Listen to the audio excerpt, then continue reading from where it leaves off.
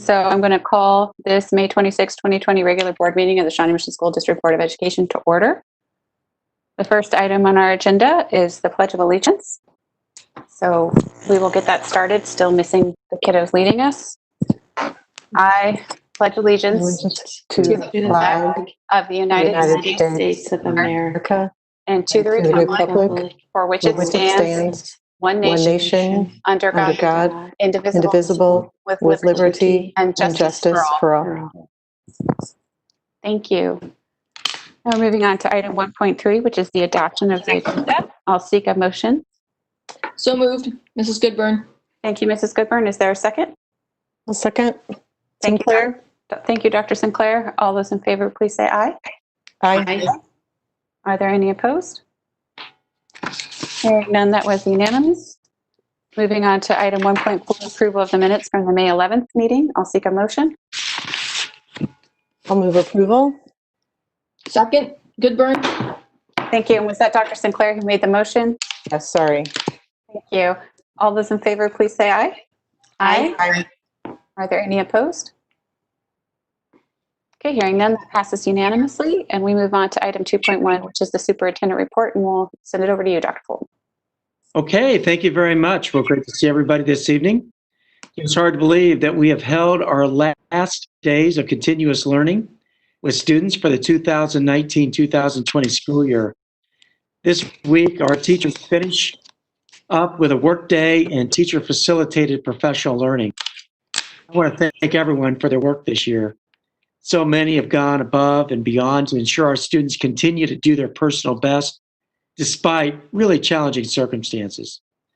I'm proud of the ways that we remain committed to ensuring each student has a personalized learning plan that prepares them to be college and career ready and getting them ready with the interpersonal skills they need for life success. And of course, we know that's both virtual skills and in-person skills. Both matter. We want to wish everyone a wonderful summer. As we head into the summer, I want to share a few details about current guidelines in the district. School buildings continue to remain closed and will remain closed except for essential functions through July 16th. Access to buildings for essential functions will be managed by building principals.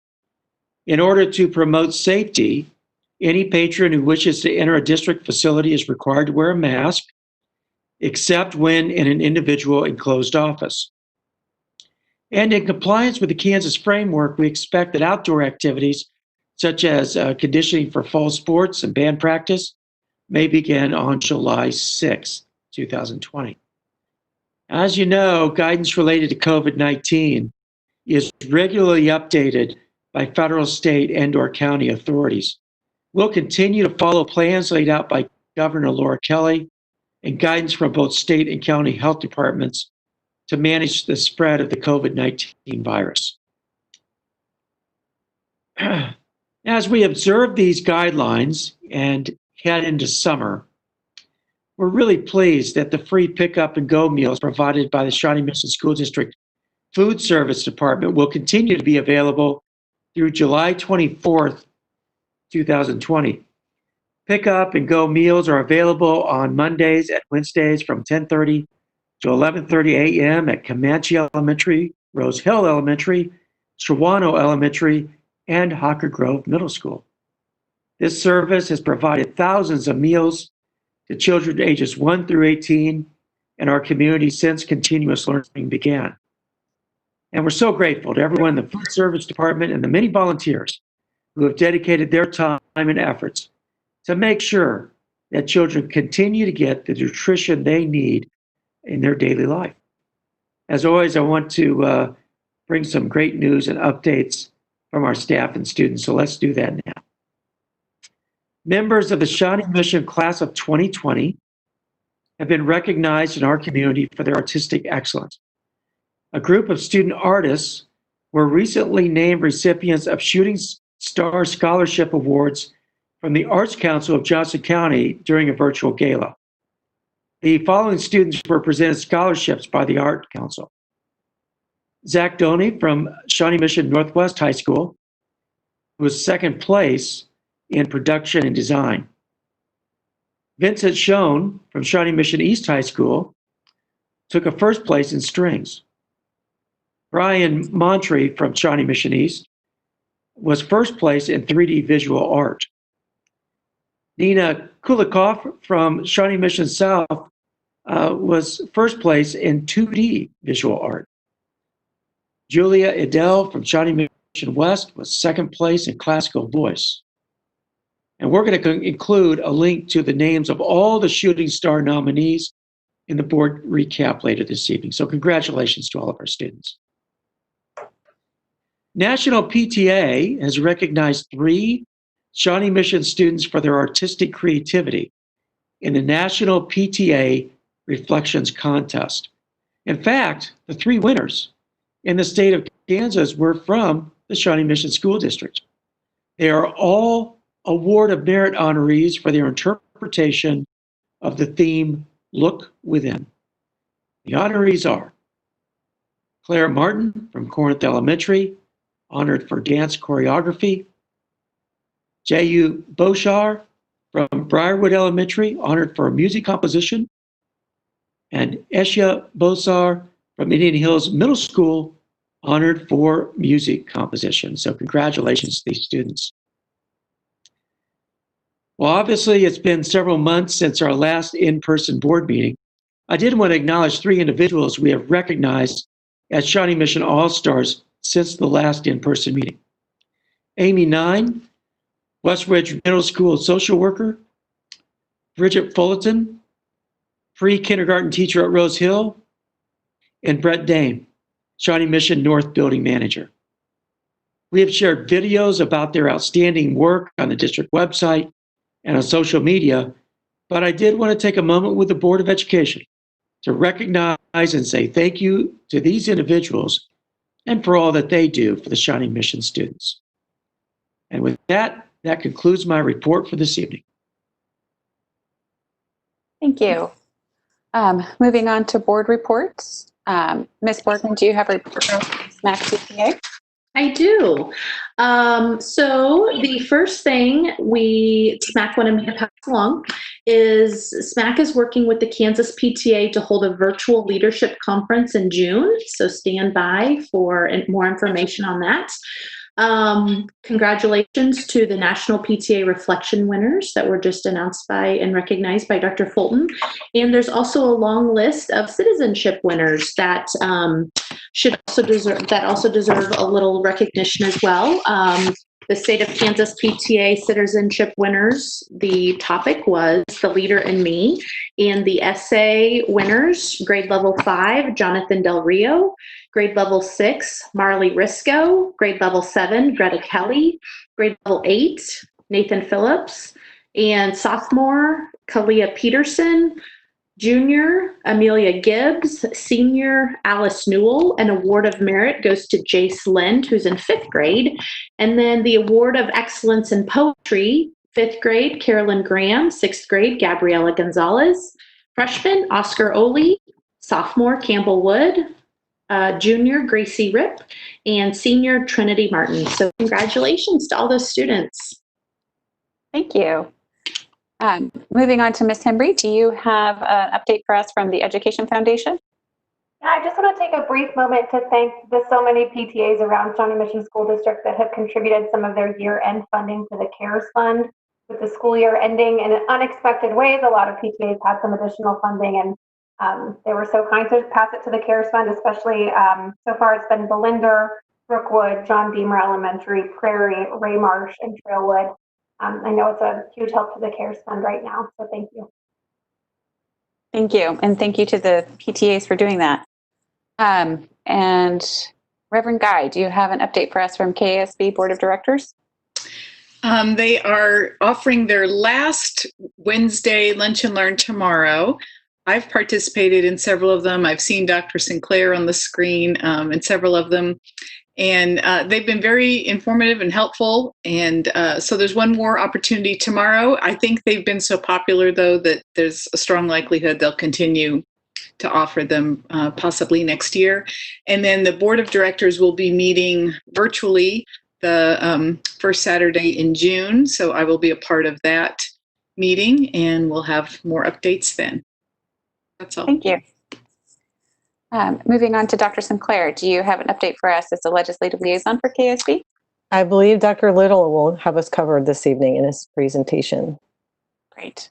The Policy Review Committee, Ms. Goodburn, do you have an update for us from that committee? We have 3 policies on the agenda tonight, 5.03, 5.04, and 5.05 later in the meeting. And our next meeting, I believe, is Thursday, June 11th. Jessica, you can correct me if I'm wrong, but I think it's June 11th. That's what I have. Great, thank you. And finally, Mr. Stratton, do you have an update for us from the Finance and Facilities Committee? Yes, the Finance and Facilities Committee will meet again tomorrow at 2 o'clock, and it's available for public viewing on our district website. And all the meetings are archived on YouTube as well for viewing. We've met twice already, the last 2 meetings, extensive discussion and analysis of both the finances of the upcoming budget conversation, as well as our last meeting where Bob Robinson spoke to some of the upcoming projects that are being explored for facilities. Tomorrow, our committee will spend some time talking about the presentation that Mr. Knapp's going to provide today around the operations side of our budget. And then we will also spend some time looking through a whole list of questions that the committee gathered that would be helpful to include on our communications on our finance website within the district. These would be questions that the public would be interested in having a better understanding of our finances. We're asking the committee to help the entire district and the board to find ways to communicate even more clearly what might be the questions that are out there around the finances of the district. So we'll be going through those questions tomorrow as well. That's it. Thanks. Thank you. Moving on to item 2.3, the board financial report. I'll turn it over to Dr. Fulton, who can introduce us to Russ. Yes, Mr. Russ Knapp, our Chief Financial Officer, will provide the board with their monthly financial report. Yes, well, good evening and thank you. Attached to the board agenda is the monthly board financial report. This is revenue and expenditures through the month of April. So this would reflect about a month and a half of kiddos being out of school. So we're starting to see the actual savings in our budgets as we report out.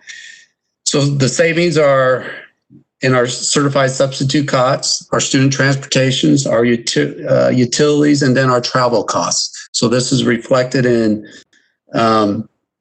almost a $2.8 million surplus that I'm projecting for the current year, which I'll touch on later during my presentation. Also, it's reflecting some savings in our federal dollars, so those would be carryover grant allocations since we couldn't spend those on professional development and travel in the months of May and June. The one item that's still out there for operating revenue is the special education reimbursement rate. That process goes through May. All school districts submit their claims in the month of May, and then once the state gathers all those, then they set that final reimbursement rate, usually that first week of June. And if you recall, last year we had a nice surprise where they decreased it considerably at the end of the year. It was about I want to say about $300,000 reduction. So we'll see. That's the one thing that we have out there that we really don't know about as revenue-wise. And that's my report, and I'll stand for any questions. Thank you. I'm not able to see everyone. Does anyone have any questions for Mr. Knapp at this time, or do you want to hold your questions for the budget workshop? Just speak up if you would like to ask now. Mr. Knapp, could you repeat, this is Mrs. Goodburn, could you just repeat what those 4 areas were? It was the subs, the utilities, the travel costs, and there was one more. Student transportation. Okay, yeah. Okay, thanks. That's all. Are there any further questions? All right, hearing none, I guess we'll see you in just a minute, Mr. Knapp. Yes. And we'll move on to the legislative update from Dr. Little. With us this evening, Dr. Little. Okay.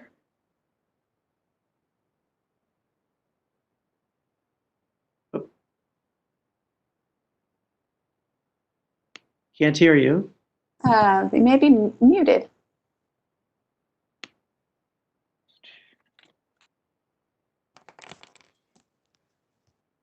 Does that help? Can you hear me? Yes, we can hear you now. Thank you. Perfect, perfect. All right, great. Sorry. You all should have a written report from me, and I'm going to talk through a couple of issues. I knew exactly what I was going to say until about 3:45 this afternoon when the governor had her press conference and vetoed legislation and called the legislature back. So I'll do the best I can to tell you what I think is going to happen and be happy to answer some questions.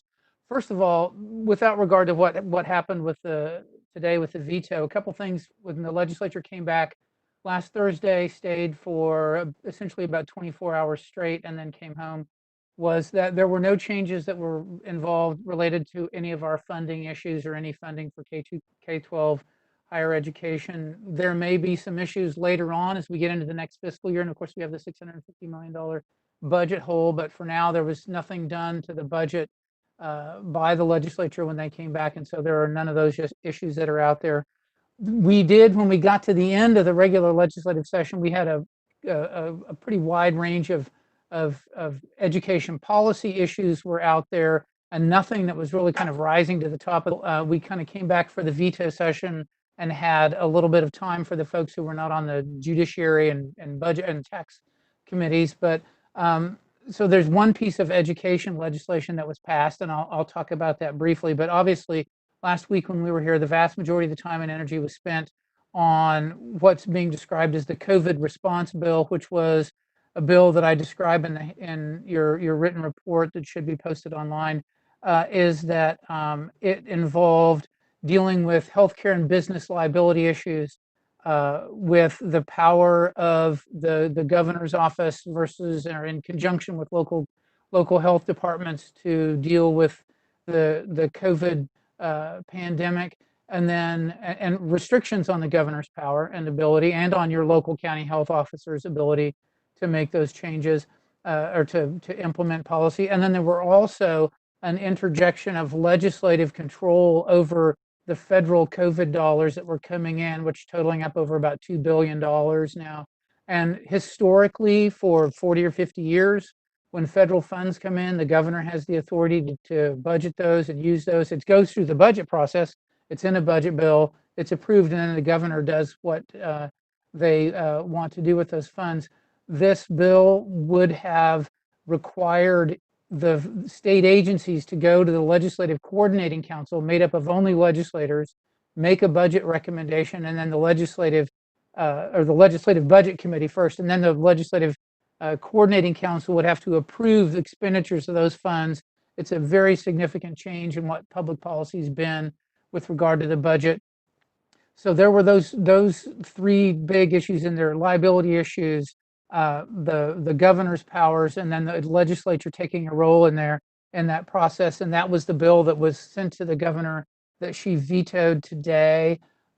There were, and I'll talk a bit about that in a minute, the other large policy issue that was passed, which has an impact on your local governments, had to do with changes in some local tax policy. As you all may recall, local units of government, counties and cities have been living under the tax lid for about the last 5 years, which caps the growth on taxes and growth of local governments. And there was a bill that was passed that repealed the tax lid, imposed something that's called kind of a truth in taxation law, to where cities and counties, water districts, anybody would be able to increase taxes and not be subject to the lid, but you would have to go through a process of public hearings and then take a vote on it. There's nothing particularly unusual about that. You all take a public vote on your budget as well, but it was part of an agreement on a variety of issues that took the tax lid off. So those were the main issues. There was one education bill that passed. I have a brief summary of that in there in my written report. It was House Bill 2010, had to do with dual enrollment. One of the most interesting things was a foster care reporting requirement, which Department of Children and Families and the State Board of Education will be required to track and provide reports and data on kids in foster care, disciplinary problems, assessment scores, pull those all into a centralized place, a better job of tracking kids that have those mobility issues in the child welfare system, and a couple of other small things in that bill. There's a summary there. What's going to happen on the governor this afternoon vetoed the bill that came to her that had the restrictions on her power, limitations on her ability. Essentially, week, and I'll try to characterize it as briefly as possible, is that there was a kind of a growing effort that we can see in many other states about the desire to move on and start opening up the economy and moving into a next phase. As you know, the governor as well had been going through phasing in, opening up the economy, and the legislature showed up and had this one day period to come in and make some changes. And I think everything and anything that folks thought about in a legislative role were included in the bill. It obviously took 24 hours to get it done. Legislature worked all night, got the governor, and it was frankly a pretty significant assertion of legislative authority over the administrative responsibilities. But to the extent, and I think one of the things that's important, that was part of what the governor talked about today, was the root of a lot of public health issues are rooted in your local county health department officers who have extensive authority to everything from quarantine to all kinds of things that they can do at the local level. And one of the issues in this, that as it passed, was it was going to leave all the governor's power, executive orders and those kinds of things in, but said you can't do anything else unless you get legislative approval. We all know there's a certain amount of politics that factors into that. The other issue was that it was going to put constraints on local county health officers. So right now, the county health officers can make decisions about public health. This was going to require county commission approval. Officer may have determined. So in the same way, it was a sense of adding a level of political conversation into the public health conversation. And as she described today, that's part of why she factored in a veto. So the governor did veto the bill. She has called a new special session to start next Wednesday, the 3rd of June. A couple of things I would say about a special session. There are no limits to what can be discussed. There is no limit on how long they're there. And once the legislature shows up in Topeka, the governor has no authority to stop them, to cancel it, to call it off, to say, okay, we're done. The legislature, as a second branch of government, will have the power to move forward and do what they want to do. A tremendous number of issues, what may be explored. The governor has very strictly said what she wants is that the authority she has right now is to extend the emergency another 15 days. She wants the legislature to come back and ideally extend that authority out to January of 2021, which is what the original resolution did. Otherwise, she can do about 15 more days, and then that's probably all she's going to be able to do. She has already today announced that the state's guidelines for phasing out are now no longer the state's guidelines. Those are just recommendations, and any decisions that will be made about local, about opening of program, will all be based on what your local county health officers make decisions about. So you can have 105 different decisions now about what's going forward, because she, by vetoing the bill, it limited her ability to have some of that authority. So it'll be asking the legislature to clarify that, give her some of that authority when they come back. The reality is the legislature will do whatever they choose to do when they come back. And the last thing I might say is if when back, nothing is still alive. Any bills that were dealt with during the legislative legislature, they're all dead. They're wiped off the books. If somebody wants to pass legislation, things have to go back through the committee process, be introduced as bills, those kind of things.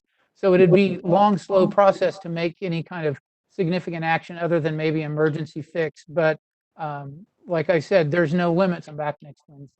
I'd be happy to answer any questions you might have. Thank you, Dr. Little. That was a little depressing. So I will go through our list of folks to see if they have questions. I'll start it off with Ms. Boardman. Do you have any questions for Dr. Little? Well, I actually have a question. In the packet that we were given from Dr. Little, just kind of a summary, as well as the Kansas State Department of Education report to K through 12 Education Shawnee from Dr. Randy Watson.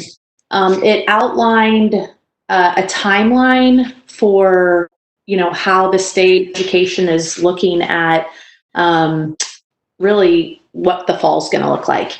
And so it says in stage 1, it wraps up at the end of May, developing competency and learning. Stage 2 begins June 1st, looking at how to implement new competencies, what and how to open schools and ensure safety, which is voted on by the state board on July 14th and 15th. And I just was wondering if this is the same timeline that Shawnee Mission is following, or will we have kind of our own timeline in the weeks to come? Well, we are working on a timeline that we can process timeline that we can communicate with the board and community about here in the not too distant future. It'll have some of the same elements that the state timeline has. It is important to note that before we can finalize our district timeline, we're going to need to have this information from the state. Mm-hmm. So I think most districts, ours included, are beginning to put together scenarios of what school might look like in the fall.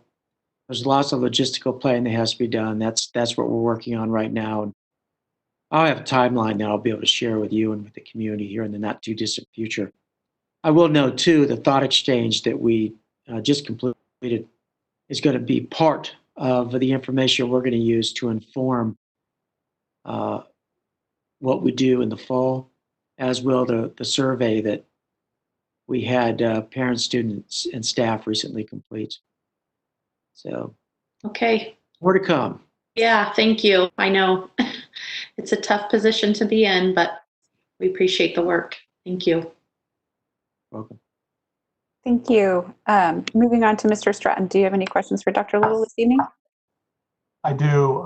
This is a question that I reintroduced from previous questions, but I'll ask it again because things are changing very fast. Obviously, there wasn't much in the way of budget discussion in that one-day special session. Doesn't sound like we're going to have it again coming up.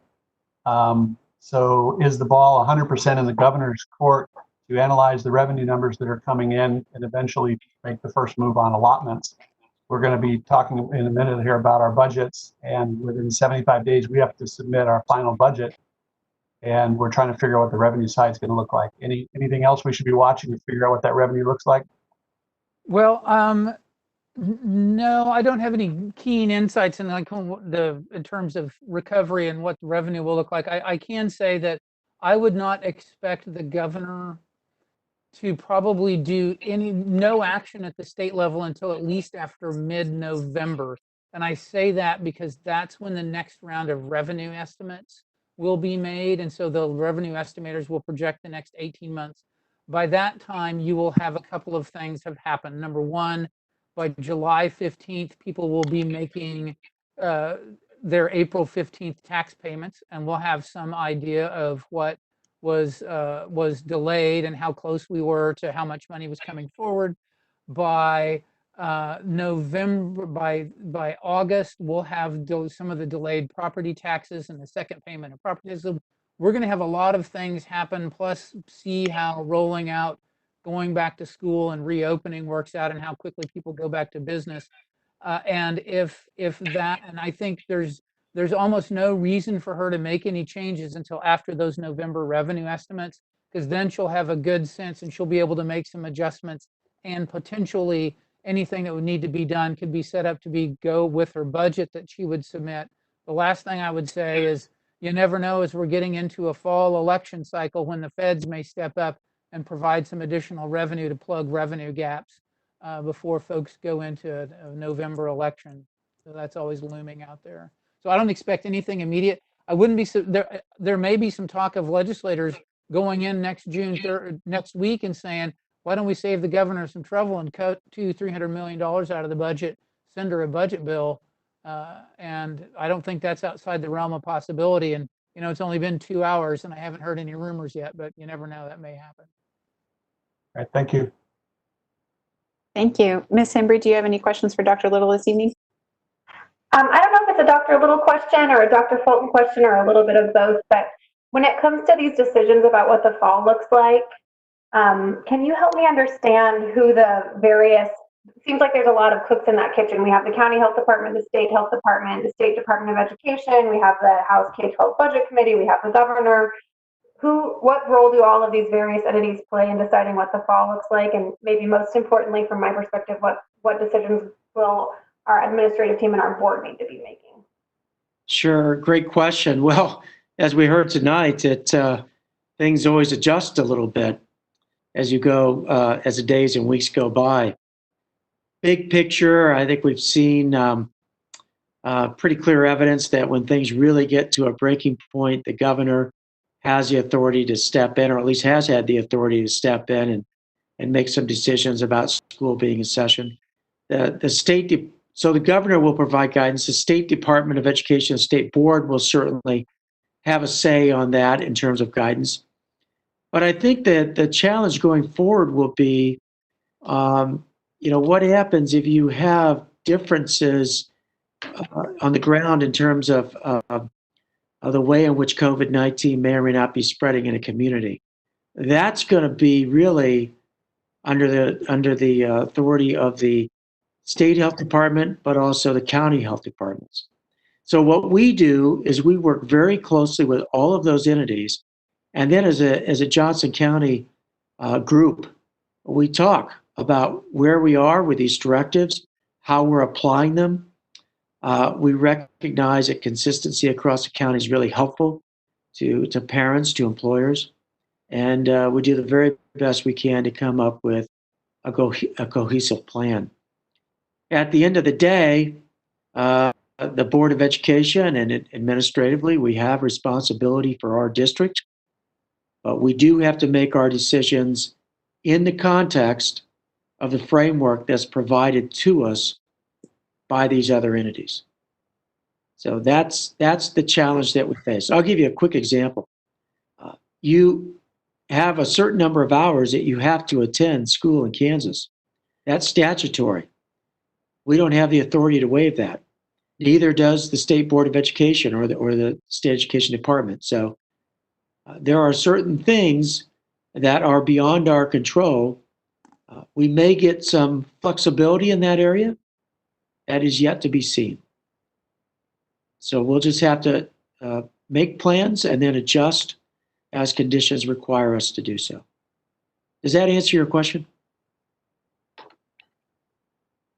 Yeah, it does. Thank you. Thank you. Reverend Guy, do you have any questions for Dr. Little this evening? I don't have any at this time. Thank you. Thank you. Ms. Goodburn, do you have any questions for Dr. Little this evening? No questions. Thank you. Dr. Sinclair, I saved you for last. Do you have any questions for Dr. Little this evening? It's kind of a pre-COVID question, or a pre-veto question.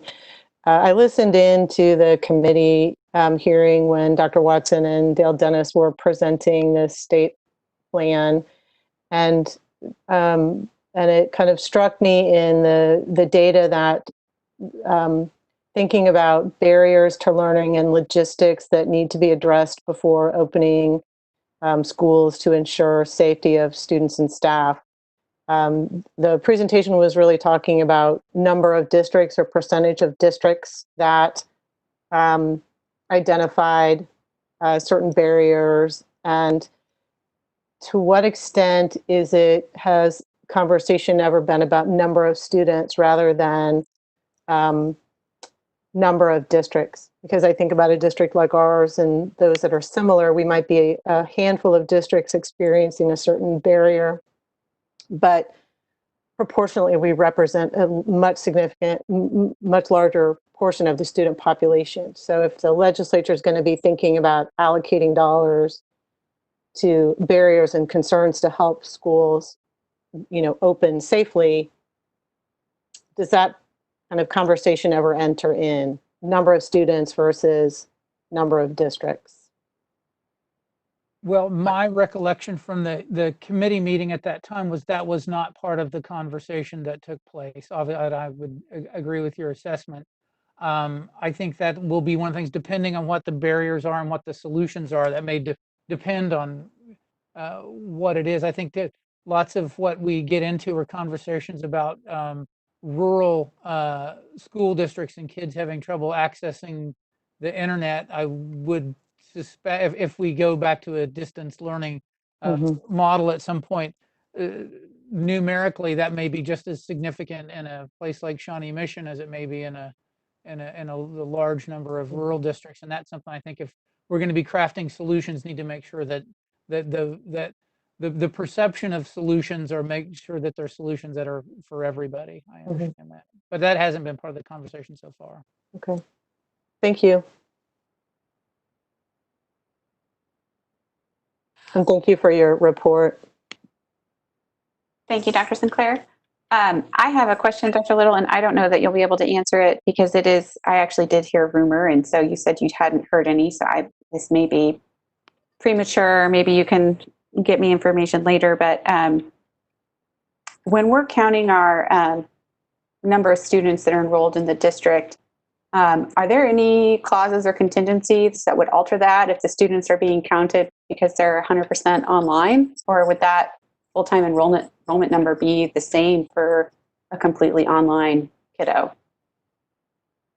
Oh, I don't know what the distinction is if you're enrolling, for example, in one of the virtual programs that are operated by some of the districts. That might be something muddled, but I have not had heard tell of anybody digging into if you're making any changes to what your student count is. But not the district's making the changes, but right. maybe the changes being dictated by others. So, okay, if you do hear anything about that, just please let us know.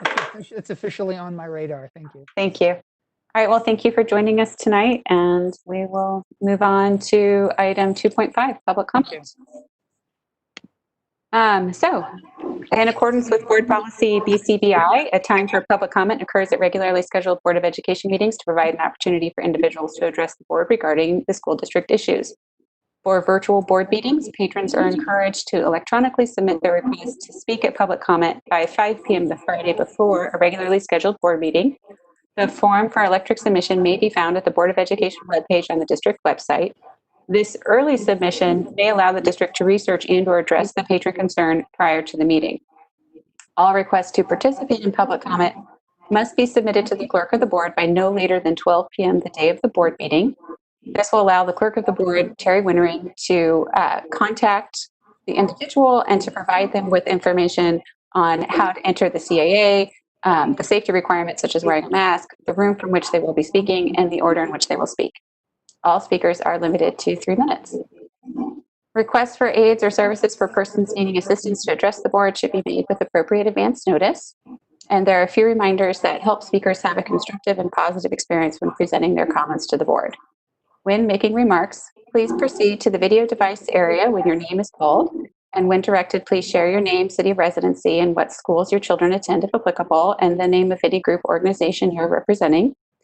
In consideration of everyone's time, please select a group spokesperson to represent your interests, or you may choose to pass when your name is called if a previous speaker has already expressed your concerns. Written comments and/or materials will be accepted and should be emailed to the clerk of the board for distribution prior to 12 p.m. the day of the meeting, and those electronic copies will be provided to the Board of Education members and the superintendent. Please speak into the video device and limit your remarks to 3 minutes.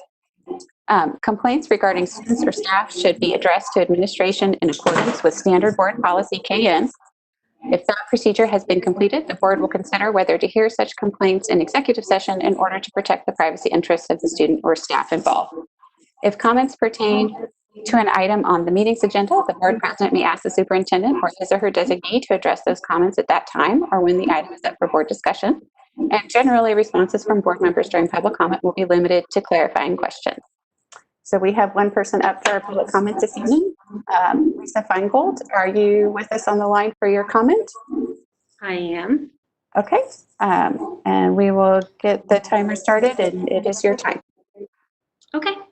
I just wanted to say thank you for reinstating public comment. Okay.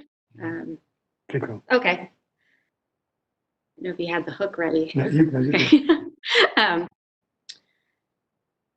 Because I was one of the people who asked for it, that it be available, especially with budget workshops, budget information coming up, the uncertainty with state legislature. So thank you for working that out. There were a lot of things that I was hoping for in this agenda, and the student handbooks being updated was one of them, and I'm I'm excited about that. And the responsiveness to campus, because I know a lot of patrons were concerned about multiple platforms and online learning. And so I just wanted to say thank you. The thing that I am concerned about is as budget planning goes forward, not so much the financial aspects, because I know that's not something that is known completely right now with COVID, but I'm more concerned with the budget profile. And I'm hoping that this year some additional items will be listed under challenges. Historically, Shawnee Mission has only listed state funding and legislation issues under their challenges as a district, and I don't feel that that's accurate and that that's really fair. A lot of other districts have shared challenges that we also have that they list: recruiting, developing, retaining diverse staff, technology issues, connectivity issues, raising student achievement, and closing the achievement gap. Those are all things that are also challenges for Shawnee Mission. And in the budget today, under the donation section, there are some schools that are lucky enough to have a donation of almost $250,000 for personnel. And I'm hoping that as you all look at things, and I know it's challenging, that keep in mind that, I mean, it'd be great if I had $250,000 to donate to some of my area schools. That would be awesome, but how you might consider that as you make plans. So I'm under my 3 minutes, I think. That's all I've got. So thank you for reinstating public comment. I hope some other folks take advantage of it, since I think they also wanted that opportunity. So that's it. Thanks. Thank you. Have a good evening and stay safe. Thank you. All right, moving on to our discussion items for the evening. Item 3.1, strategy 2.1.3, discipline coding and disproportionality. We'll turn it over to you, Dr. Fulton. Okay, great. Thank you very much. Make sure my mic's on. It is. Tonight's presentation on discipline coding and disproportionality reflects Shawnee Mission's commitment to address the issue of equity and student outcomes. You know, run a journey. And that journey requires honest evaluation and an institutional commitment to improving important academic and behavioral outcomes that are connected to student success, those that are essential to achieving our strategic plan, mission, and objectives. Academic achievement and student behavior are all our responsibility. And that responsibility includes using data to inform changes in our adult behavior, support student in their success. Tonight, Dr. Ed Strike, Chief of Student Services, and a team of presenters that he'll introduce will provide an overview of progress that we've made on strategy 2.13 as it relates to this issue. And we'll also speak to and respond to questions about a connected item in consent agenda, in the consent agenda 4.16, which is approval of the student handbooks. You know, the handbooks were updated to address changes in district policy, which is now broadened to be more inclusive in its language. And also, we added to those handbooks a discipline matrix, and we'll talk about that tonight.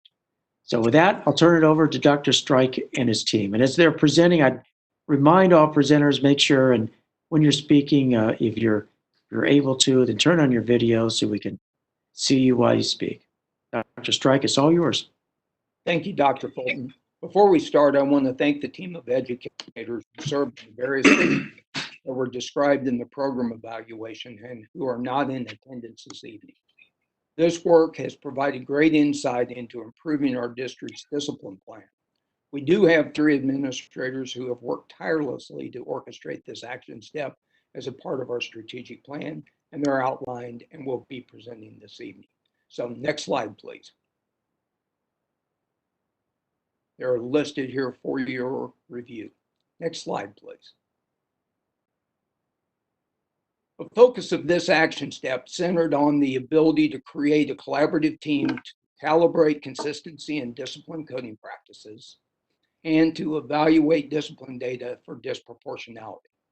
Tonight's program evaluation is the continuation of the work that was started during the 2018-19 school year, where a program evaluation regarding student success was presented to the board and the public on January 14, 2019. This work, which is found in this evening's board docs, present 3 focus areas that were started prior to the development of our current strategic plan. We have accomplished much regarding 3 of these focus areas this year as guided work, and they include evaluating programs that support students in self-regulation as a means to reduce disciplinary activity, and develop a diversity and inclusion plan to enhance educators in meeting the needs of all students. And finally, to create an elective practice to remove barriers for all students to reach their fullest potential. Next slide, please. It is a crucial fact that we understand an overwhelming majority of our students never have a disciplinary referral. They never come to the office for any type of intervention and or consequence.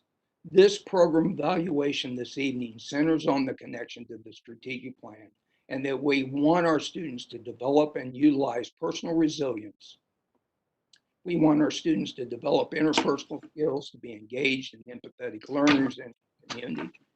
And we also understand that the research on school climate is overwhelming in that it can show we can either improve student attendance and achievement or we can decrease this, and part of the mechanism through which student discipline is applied is to serve as interventions and try to promote a positive learning environment for all. Next slide, please, and Dr. McKinney, you're up. It should come as no surprise that when students feel safe, valued, and respected, attendance rates go up, academic achievement and graduation rates increase, and discipline-related issues go down. Strategy 2 requires every member of a district commit to a full unified, equitable, and inclusive culture. And this is done by fostering respectful, trusting, and caring relationships. And this responsibility extends beyond just staff members and students. Everyone involved in a student's life plays an important role in the discipline process. When Shawnee Mission staff members and families communicate, build relationships, and commit to the safety and success of each and every student, we're more able to quickly identify challenges facing our students and work together to rally resources and provide support before discipline comes into play. As the slide notes, it truly does take a village, and as a district, our focus should be on prevention rather than consequences. To that end, it's essential that every person in a student's life communicate with one another and commit to their role in a student's success. Doing so will allow us to be proactive rather than reactive, and not just with discipline, but in all aspects of our students' lives. Thank you for the opportunity to speak with you this evening. Next slide, please.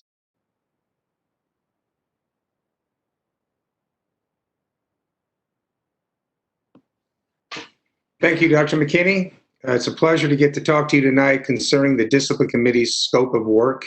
And building on what Dr. McKinney said and Dr. Strike and Dr. Fulton, we really had 5 themes that we worked on. And one was positive school culture. We wanted to build trust, relationship building, academic achievement, and we wanted to provide accurate data review. And as we go down the bullets on the slide here, our first task was to redesign the disciplinary mechanisms to promote a consistency within Skyward.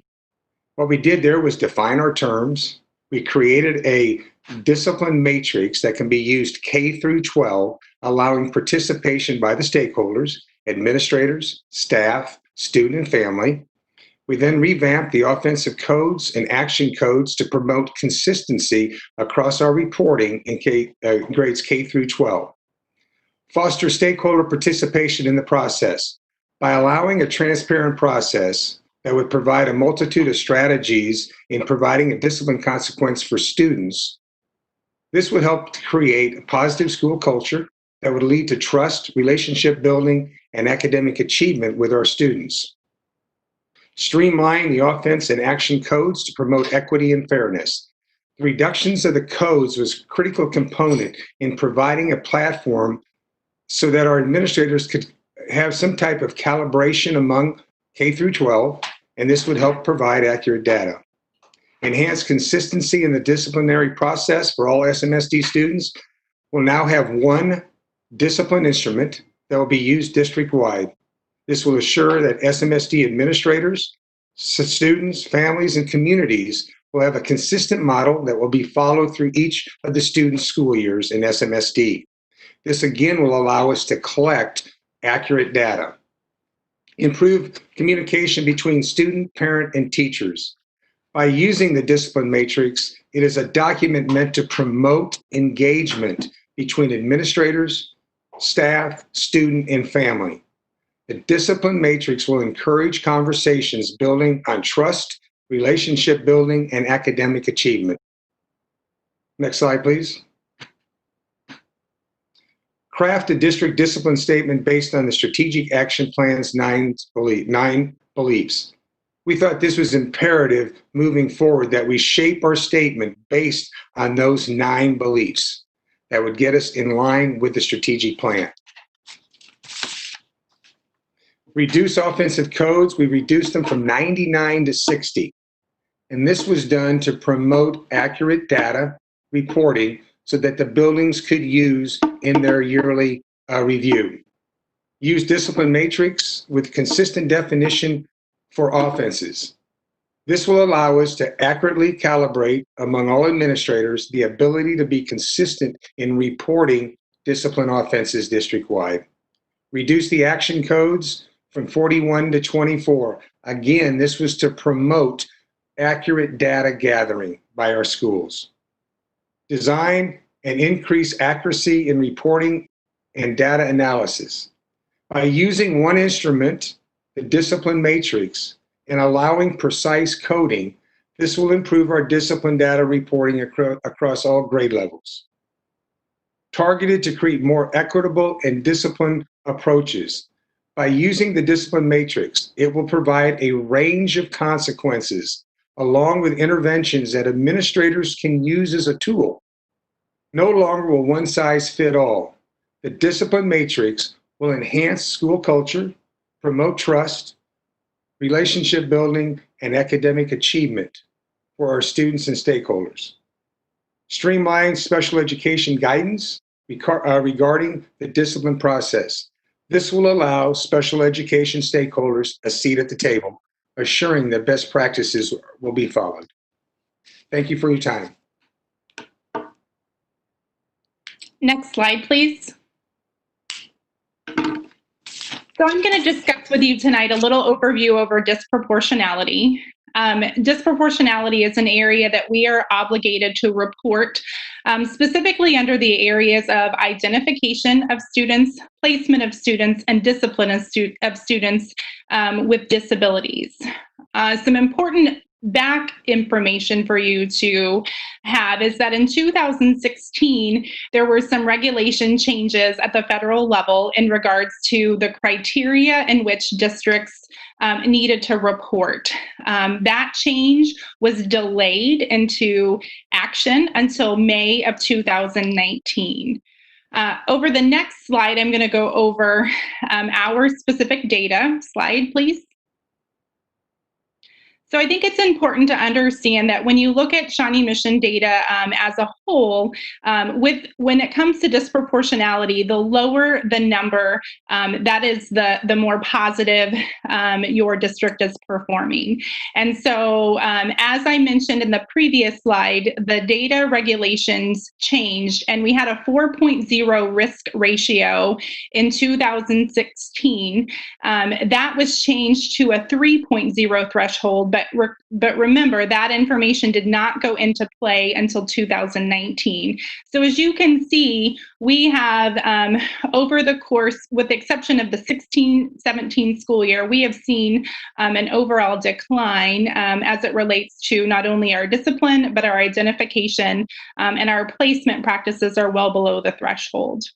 Another piece of information I think it's important to notate, as we as an organization continue to reflect on our global practices, it's important that we continue to disaggregate that data in all areas, whether it be our academic performance or our discipline performance, and really break down to the subgroups and drilling down to the individual students so we can continue to make progress with each individual student in the work that we do.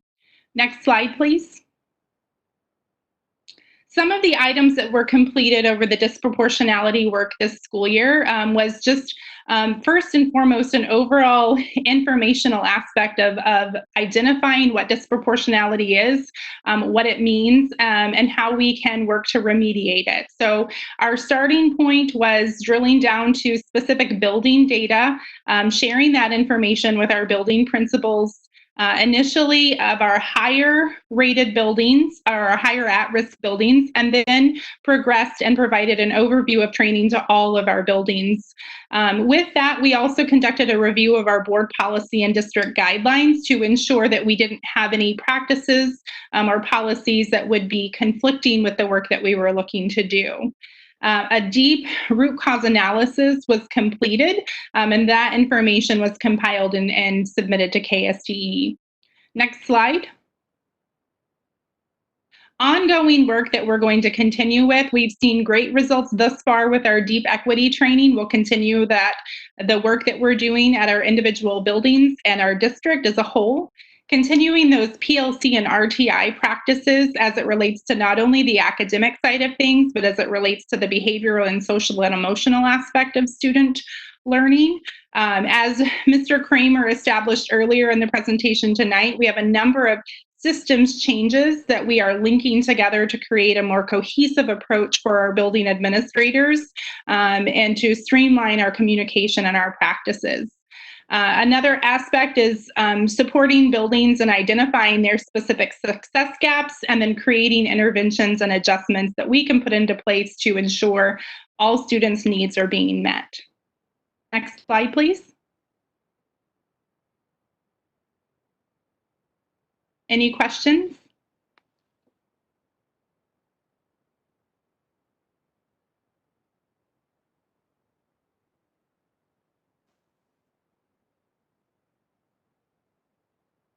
We'll be happy to respond to any questions that the board may have. I have a question. Dr. Sinclair? Yes. My apologies, I was on mute. I was trying to tell you. Oh, no, I'm waving. I don't know if you can see me. Yeah, go ahead, Dr. Sinclair. Thank you to this work in tackling this discipline code and cleaning it up and providing some consistency that gives everyone that confidence and accuracy, and we're all speaking common language. So I appreciate all the work, and that was a committee of at least 17 people, so thank you. I was just wondering if anybody, I'm not sure who the question should go to, just an example of how that action chart might work. So I'm thinking if a kiddo has as part of a disruption in the cafeteria, first offense, I'm just trying to understand how the action chart works. Is there an example of how that might be? That's not question, Dr. Sinclair. Part of the reason why we have that action matrix or that discipline matrix is we want to focus first on the lowest level of consequence to change the behavior. We want our students to be self-monitoring of their own behaviors. And if they do have a consequence, we're going to try to provide an intervention at the lowest level possible to ensure that we, number one, work with the student and their family and our staff to make sure that that behavior does not return. That's one of the initial steps. Richard, would you like to try to address it maybe more from a practical standpoint as a building administrator? No, I think what you said is very appropriate. It provides us a range to work with the student to provide the least consequence at the time, built around interventions and trying to change the behavior and keeping the student in the game so that academically they can continue to achieve, but still be able to change the behavior. To add one thing in there too, it's more than just an opportunity to talk about consequences and behavior, but it's also a relationship building opportunity. It's a chance for that teacher, administrator, social worker, counselor to begin to build a relationship, a rapport with that student and try to identify the underlying causes for the behavior so that we can address those causes so that we don't get to discipline. And that's really a big part of the new matrix for me, is it lends itself to the administrator or teacher's ability to begin to build that relationship with the student so that we can be proactive moving forward. Thank you. I appreciate that. Thank you all. I have a question. This is Laura Guy. Go ahead, Reverend Guy. I know that some buildings and some classrooms are using a restorative justice or restorative discipline plan with morning meetings. Does this matrix allow for those teachers in those buildings to continue to focus more on restoration and, as you said, keeping those relationships strong so that hopefully the students won't have the disruptions? Yes. Thank you, Dr. or Mrs. Guy. The idea behind restorative justice, we have different buildings at different places right now. So yes, it is taking place specifically in certain buildings. What we would like to see is that practice be enhanced and spread across the district. And that will be part of the work that will be done through our deep equity training as well as professional development that will be ongoing during the 2021 school year. Wonderful. And do we have any data on how well that's working in those classrooms and buildings? Are we seeing a reduction in needed discipline in those areas? That's a great question. I don't have that answer right now. We'd have to reach back out to the buildings to try to pull that data and try to provide a more concise answer for you. But I didn't have that. Thank you. Thank you, Reverend Guy. I'll just ask, Mr. Stratton, do you have any questions at this juncture? No more questions. Thank you. Thank you. Ms. Embry, do you have any questions at this juncture? Yeah, I wanted to ask, and first I want to start by just thanking you guys for all of this work. I think it could be lost on folks who aren't part of this board or paying super close attention that this is a really big leap forward for Shawnee Mission, that we're even getting to a point where we have some consistency in how we're coding these things and how we're offering discipline for them. And this will just give us a massive tool for moving forward so that we have some consistency and some information. We know where to pull the information from. So I want to start by just acknowledging what a big leap forward this is and thanking you guys for all of that. I also just am curious, that being said, how these are bigger picture questions, so I apologize, but the role of any social workers or mental health professionals in developing this discipline matrix, because I know we have a desire to be sensitive to student mental health needs as well. Great question to try to address that. The whole process behind this evaluation and the discipline coding, we had a committee that was identified. One counselor was a part of that committee, but more importantly, what we tried to do was send this out to buildings so they could include their building leadership teams, their site councils, which would include social workers, etc.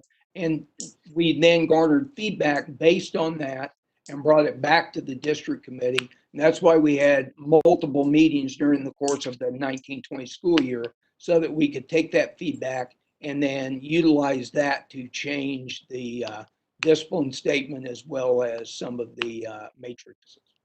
So yes, we did have mental health providers as a part of that, providing this guidance and feedback. Thank you. Can I ask one other question? Because I know in the full report, and again, I recognize that we are just beginning to capture some of this data, but it reflects that Black students in Shawnee Mission School District are 3 times as likely to be suspended as their white counterparts. And I think you've done a great job here of outlining some of the specific steps we're hoping to take to see progress on that. But I was just curious to understand, I know we use sort of some terms, fairness and equity and equality kind of interchangeably, and I'm curious through the deep equity work we've done with Corwin, how we think about equity kind of as a district and how you guys thought about even what the word equity meant as you went into this work. Is it about process? Is it about outcomes? Is it about fairness? What does it mean for us as a district?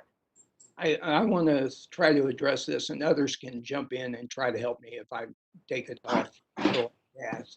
But really, equity is across all of those factors. When we talk about equity, it's fairness. It's fairness, and fairness may not always be the same for every student, because what you're trying to do is take the student where they're at and ensure that you're trying to build a scaffold support to help them be successful. So what we are going to end up doing is we're going to try to translate it into fair treatment, empowering our students to participate in the discipline process, and try to ensure that our matrix is applied in an equitable manner across the board in every building in every school of the district.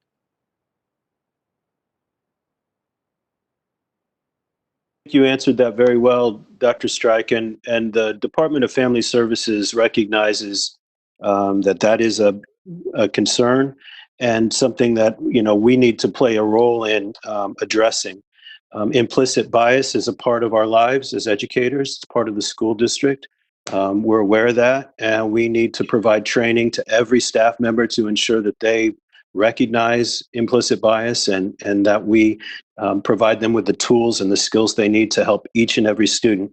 One additional piece with regard to the discipline matrix and equity, I think it really lends itself more so to equitable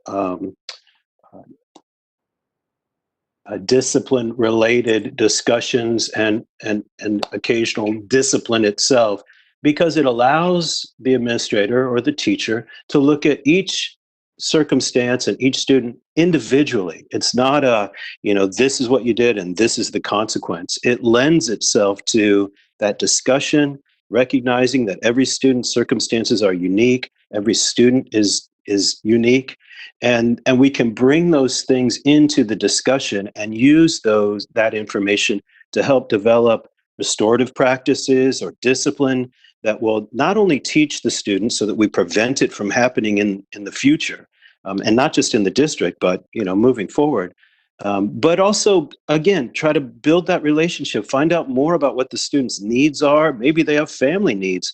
Then we can rally resources and support to address the needs of the student and perhaps his or her family as well. So the matrix really does allow us more latitude when it comes to having those discussions, learning more about what the student's unique circumstances, and then how to best address not only the circumstances that sort of resulted in the incident, but also to use the least amount of discipline in order to correct the behavior. So we've got a lot of work to do, but we have some things going that deep equity, restorative justice practices that I think are really you're going to start to see a change in those numbers.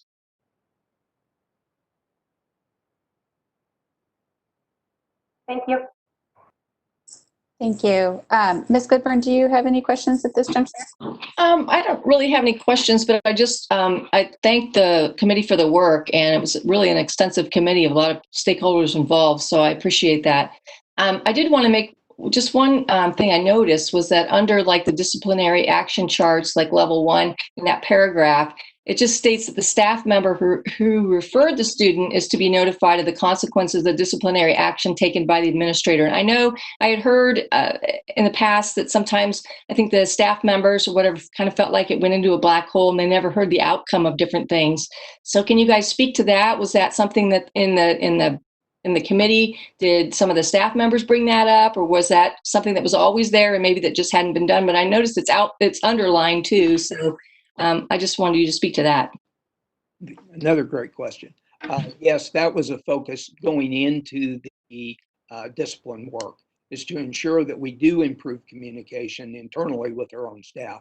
And so one of the critical pieces, and that's one of the reasons why the discipline matrix is a part of the student handbooks through this evening, because we not only want to communicate with our students and family, we want to communicate with our individual staff members so that they're aware of this process, and that as we go through this 2021 school year, that will be a focus for ensuring that communication is improved, if you will, so that we can communicate what happened with the student back to the teacher where the issue might have taken place. Yeah, that's really important because you're right. Sometimes the student would come back to the class, and if the teacher wasn't aware of what had taken place, then they're thinking to themselves, "Well, what has changed?" So it's that Dr. Strike nailed it. That communication piece is essential, and we need to do a better job of ensuring that what we're doing over here and what they're doing over there, that we're communicating that with one another. And I think I remember this from when I had kids in school, that we had to, at the beginning of the school year, the student handbook it used to be delivered in paper, but now it's electronically, and that parents had to read that and sign off on it at the end. Is that still a practice that we're doing? Students and parents have to sign off on that? Yes, making sure that they've had it delivered and all that they have it. Yeah, that's a part of the online verification that will come about at the start of the year. One of the things that's crucial, and I'm not saying this would happen, but as a parent, I know there's an overwhelming amount of information that's on that online verification. So when you go through, I would encourage the parents and students to make sure they look at the full body of what they're authorizing when they check and say, I've looked at the discipline code and approved that. So Is there any way that maybe potentially we could send out some kind of a notification to parents that it's changed and, hey, it's really important to look at it this year? I mean, is there any plans to do that? Maybe that's a Dr. Fulton question. I don't know. I'll have Dr. Strike respond to it. We do inform parents every year that it's there, but Dr. Strike, do you want to address that, or one of the other team members? I think one of the things we will work with our technology group, because that's part of the Skyward information system. So when they go into the online verification, we'll just make sure that we try to make a notation of that within the authorization. Okay, thank you for your work.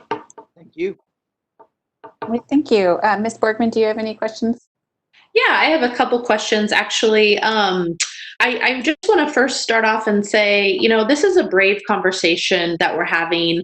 And this was identified, as a top priority in the strategic plan that was set by our community. And so the fact that our community made this a priority for our district and we are tackling it head on just is wonderful. And so I'm grateful for the work. So thank you to everybody thanks to the community that identified this as something that we need to address. And thank you to, the administrators and everybody who played a part in this. So my questions, the first question I have is, I know that some schools feel, they're a little bit more conservative, or they are nervous about reporting discipline. And so how do we, make schools feel safe, I guess, in reporting the discipline? And then also, how are we going to ensure that accuracy and consistency is being reported across all the schools? I think that's a part of fostering that ongoing professional conversation with our administrative team through leadership and learning. I know our directors of elementary and secondary education work extensively with our building administrators. And I know Richard Kramer is the director of activities who oversees long-term suspension hearings, also tries to foster that. So I think what we have to try to do is realize that data is only as good as the information we put in. So we've got to really encourage our educators to ensure that we are getting good data.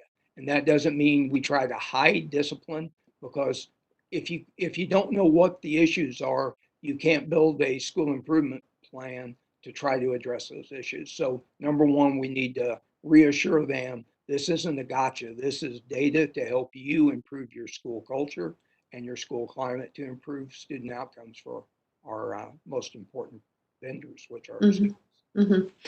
Yeah, thank you. And then just kind of a follow-up to that. So what is the process then, and this may be more of a Dr. Fulton question, what's the process then for updating the strategic plan? So, we can see, is it a quarterly update that we can expect to see results from the different schools? Like, what is the strategic plan going to look like, Dr. Fulton? So we can really, take a close eye at the data that's been captured with our updates. Sure. Typically at the board level, you would get an annual update, but there's progress monitoring that occurs throughout the year. So, for example, just like on those discipline data, you want to have those conversations pretty regularly with principals. First of all, make sure that the people are approaching data entry in the same way. It sounds easy. It's actually not. And trying to get consistency across even 2 schools is a challenge. So the principals do a great job with that, and the CAA staff. But that's something where we'll do progress monitoring throughout the year, and at least annually, you'll get updates on that. Now, we did one a year ago. You did not get one this year, but you will next year. So we'll get on track for our progress monitoring and reporting to you. Okay. And then, I know that our diversity and inclusion coordinator is a relatively new position. So how do we decide, how does the district decide, where the diversity and inclusion coordinator goes? Like how is it, what's the process like in terms of which school that he is working with? Sure. Well, part of that's defined by job description. The diversity inclusion coordinator plays an important role. They are one team member that's working with a lot of other team members to get this work done. It can't all fall on his or her back. So that's something that is a function of, they have certain functions in their job that they do, and then they work with other team members to do that. Now I'll have John actually add to that. Okay. Absolutely. Well, Dr. Bates is, you're right. He's just one person, and it's a big district. And we know that we've got a big job ahead of us. But we also feel that it's imperative that in addition to the deep equity work, we bring in an understanding of cultural responsiveness, that we work with our staff beyond just the deep equity work on the value of those conversations with students and building those relationships with students. So to that end, we are working with Corwin, our deep equity program, to bring 25 expert trainers into the fold. They will receive additional training that will allow them to sort of further the work that he's doing beyond just what Dr. Bates can do into the rest of the district, provide professional development, provide training, and develop PD. And so we're working to sort of broaden our efforts by specifically working with 25 trainers along with our deep equity work, who will be a part of our school district and a part of every attendance area. And they'll be working with Dr. Bates and my department to expand our efforts. Dr. Bates is also available anytime. He's really done a phenomenal job. This is his first year. It is a new position. He's it.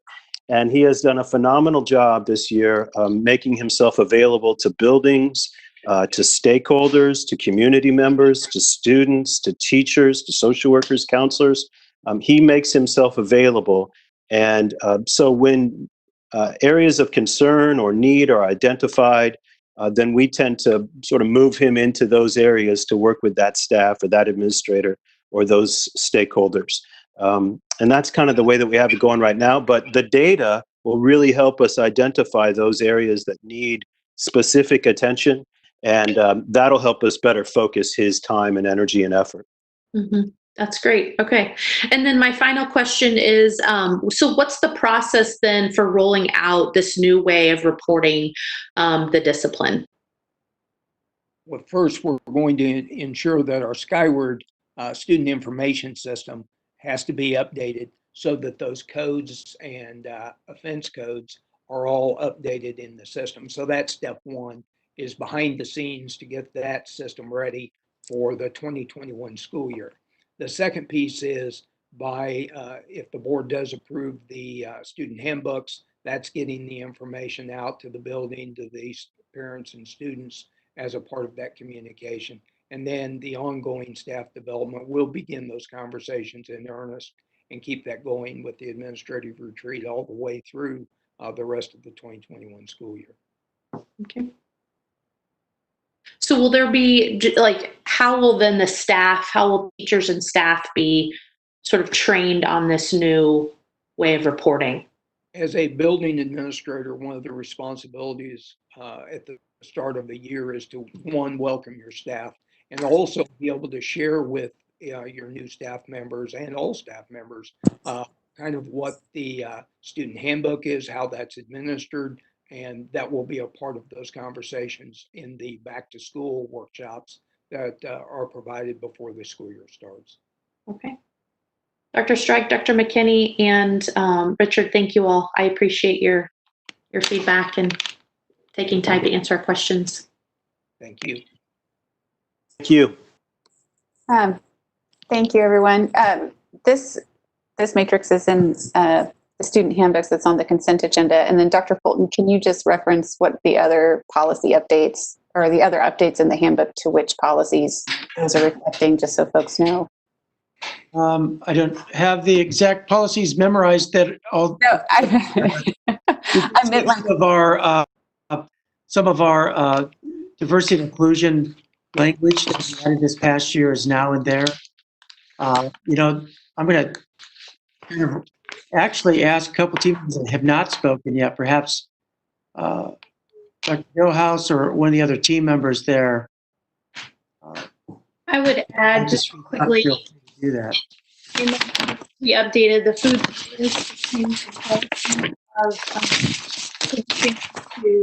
to charge. We updated the Dr. Hubbard, could you start over? I'm sorry, there was some background noise. I apologize. I would love to hear all of your information. I think that's Sherry. Yeah. I said Dr. Hubbard. No, it was Michelle. So we, non-discrimination policy that was changed this year was updated. Food service and student charging was updated that we did this year. Student transfer policy, there was a minor change there that we updated. Obviously the discipline matrix.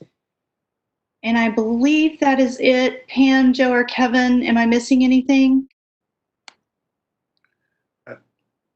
I can't think of anything else that comes to mind. We just make sure that each year when we review the handbook, we're in line with whatever updates have been done to board policy to ensure that that's consistent. So that's what we follow. But as far as any other changes that are, impactful, it's definitely the discipline framework that's been added. That's the key piece that we discussed. Thank you. I would agree with that, 100%. Okay, well, thank you. If I could add one more thing, as the board can see, there's a lot of folks that are working on these various projects, and they're all doing a wonderful job crossing multiple departments. And that's one thing I'm very impressed by is, regardless of what department you're in, you're a team member, and folks just do a wonderful job of working with one another, regardless of their specific role, to make sure we're getting the best possible work put forward on behalf of our students and our staff. I want to thank them for their work. Thank you very much. Okay, well, it looks like we're moving on to the budget workshops, item 3.02. Yes, Mr. Knapp is going to provide us with a workshop on the operating budget. And what we'll be doing for you tonight is giving you an overview of some of the items that we're looking at as we prepare next year's budget. We will spend just a little bit of time talking about the fiscal reality for next year, such as we know it, and there's a range of possibilities, and Dr. Little actually referred to a little bit of that tonight. So we'll give you a feel for the lay of the land and some details that go with it as well. So it's all yours, Mr. Knapp. Yeah, thank you. Yes, tonight is the second of two budget workshops. So we're going to talk about operating funds and federal dollars tonight. Back on May 11th, we had our first workshop, and that was not operating funds, mainly capital outlay, and you can find that on our district website. Next slide. And as always, the budget provides the financial resources to carry out the district's strategic plan. Next step, or next slide. And those three objectives are personalized learning plan, career ready, and interpersonal skills. Next slide. And before we get into the operating funds, this slide kind of reflects back on how we spent $346 million in 2018-19. The different areas there are what we refer to as our functional areas, and they follow the KSD chart of accounts. And you can see where we spend 70%, that's the green area, on direct support for student and teachers, another 25% on facilities, and 4% towards general and central administration. Next slide. So tonight we're going to be talking about operational funds. So you can see that that's the daily expenditures associated with running the school on a daily basis. So that's your salary and benefits, student transportation, utilities, and the supplies and services to run departments and school buildings. Next slide. You're probably familiar with this slide. We've shown this in the past. The district has 36 separate funds. Each one of those funds has its authority given to it by state statute. We like to group them into these 5 different groupings, and tonight we're going to again talk about the operating funds and the federal dollars. Next slide. This slide is just a pie chart of the same data that you just saw. It just gives you a little better visual of the dollar amounts and what piece of the pie each of our different groups make up our total budget. Next slide. So tonight we're going to talk about operating funds, or also I like to call them supported funds. And the reason we call them supported funds is because by state law, all our general state aid and special education state aid is deposited into the general fund. Our local taxes are deposited into the supplemental general fund. And from there, we have to transfer or support the other funds. And those other funds are your at-risk funds, your bilingual fund, CTE, which used to be called the vocational funds, and your special education funds. So from your general fund from your general fund and your supplemental general, you make transfers to these funds to support the expenditures that are coded to those separate funds by state law. The main revenue sources for our operating funds are state aid, which makes up about 73%. Our local taxes about 25%, and that's all LOB. And then about another 2.3% of reimbursable and miscellaneous revenues. Next slide. So now we're going to get into the assumptions that we are making at this point to build our 2021 budget. The budget is built on what we know as of now, and that is the statutory funding amount. So the base is at $4,569.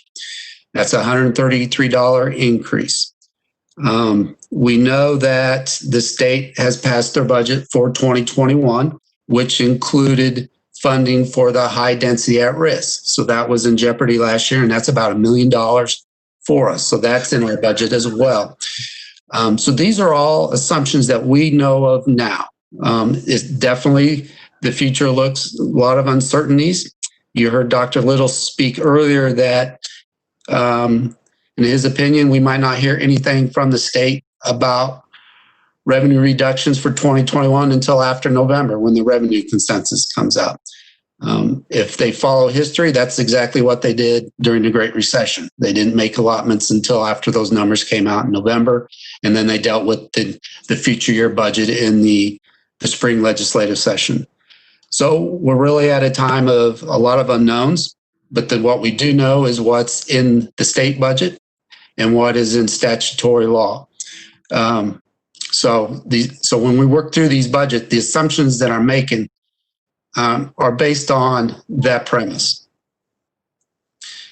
And then I wanted to add that little, so for the record, so it's out there. So any $1 change in our base amount, assuming it would go down, it's not going to go up, would be a loss of revenue of $35,000 to our operating funds. So $1 would equal $35,000. So then making up our operating funds are our weighted FTE. We anticipate a decrease of 232.7 FTE. FTE is full-time equivalent. So that represents how many minutes a kiddo is in school. So if they're there full-time, 360 minutes a day, that's 1.0. If it's less than 360 minutes, then they round it to the nearest tenth. So it'd be like 0.9, 0.8, et cetera. So we know our FTE enrollment is going down 75.1 because that's based on previous year's audited enrollment. So that's locked in. We're going to lose 75 kiddos in 2021 budget. All the other weightings are based on September 20, 2020. So that coming up, September 20 is our official head count enrollment. So our weightings will be based on that date. So our at-risk, we're projecting a 2% decrease in our free lunch. So that would reduce our FTE 69.1, where we reduced it 2% because it's been trending down for 3 years in a row. Now, that being said, you kind of make the assumption that the free lunch goes down because the economy is good. Well, we'll be wait and see what the economy does this fall and how it affects that or impacts that number on September 20, if that free lunch count will go up. But right now, built on this budget is 69.1 FTE decrease. New facilities, that was the weighting that was eliminated a couple years ago, but you were grandfathered in until your new facilities ran out. And this will be the last year for new facilities. So we're in the second year claiming of the Brookwood Elementary School. And then after 2021, we no longer will have new facilities. Special education reimbursement rate. Right now, we're building on the assumption that it's $29,800. So that's what we built the budget on for 1920, our current year. And that's the one I mentioned earlier, that we don't know what that amount is yet. The state is still doing that process, and we'll know in maybe 2 weeks what that reimbursement rate will be. And they'll also probably give us a hint on what it will be for 2021. But right now, all I know is that it's at $29,800, and that's what it's built on. We're going to see some special ed funding increases because we added 8.1 special ed FTE. So we're talking about full-time equivalent personnel at this time. So this is not student headcount, this is personnel. So this would be teachers and paraprofessionals. So we added 6 teachers and we added 6 paras. And so the para is reimbursed at 40%. So when you do the math on that, you get 8.1 FTE that we added to the budget. And then our SPED transportation is reimbursed at 80%. And we anticipate our transportation costs going up 3%. The LOB base, as you recall, is based on a different base. We like to call it the fake base. It is based on the Consumer Price Index. Right now, we're building in a 1% Consumer Price Index increase. So the LOB base will be $4,604. That 1% will be set by the state when they send out that budget document at the end of June. And then we have some other decrease in other revenues. I've adjusted the interest to go down since the T-bill rate, the Treasury rate is now at 0. That most certainly will impact our interest that we receive. Facility rentals, we're going to show them being down since we're not doing any facility rentals in July and August. And then the elimination of the Little Horizons daycare program will lose that daycare revenue as well. Next slide. So again, building those assumptions on what we know now, we anticipate our total operating revenue going to be $250.4 million. That's about a $4.2 million increase over what we're projecting that we will have in 1920. Next slide. And this is the same information just shown to you as a pie chart, so you can see the different slices of pie that make up our funding sources for our operating funds. Next slide. So now I'm going to switch to our expenditures for our operating funds. Again, this is based on what we know now. We have professional growth at $600,000. That's an increase of about $100,000. The last 2 years, we were at $572,000, and then last year it was this current year that we're in, 18-19, $739,000. So we increased that to $600,000. And the professional growth is the same thing as what we call column movement, when a teacher moves horizontally across the teacher's schedule when they get additional college credit hours.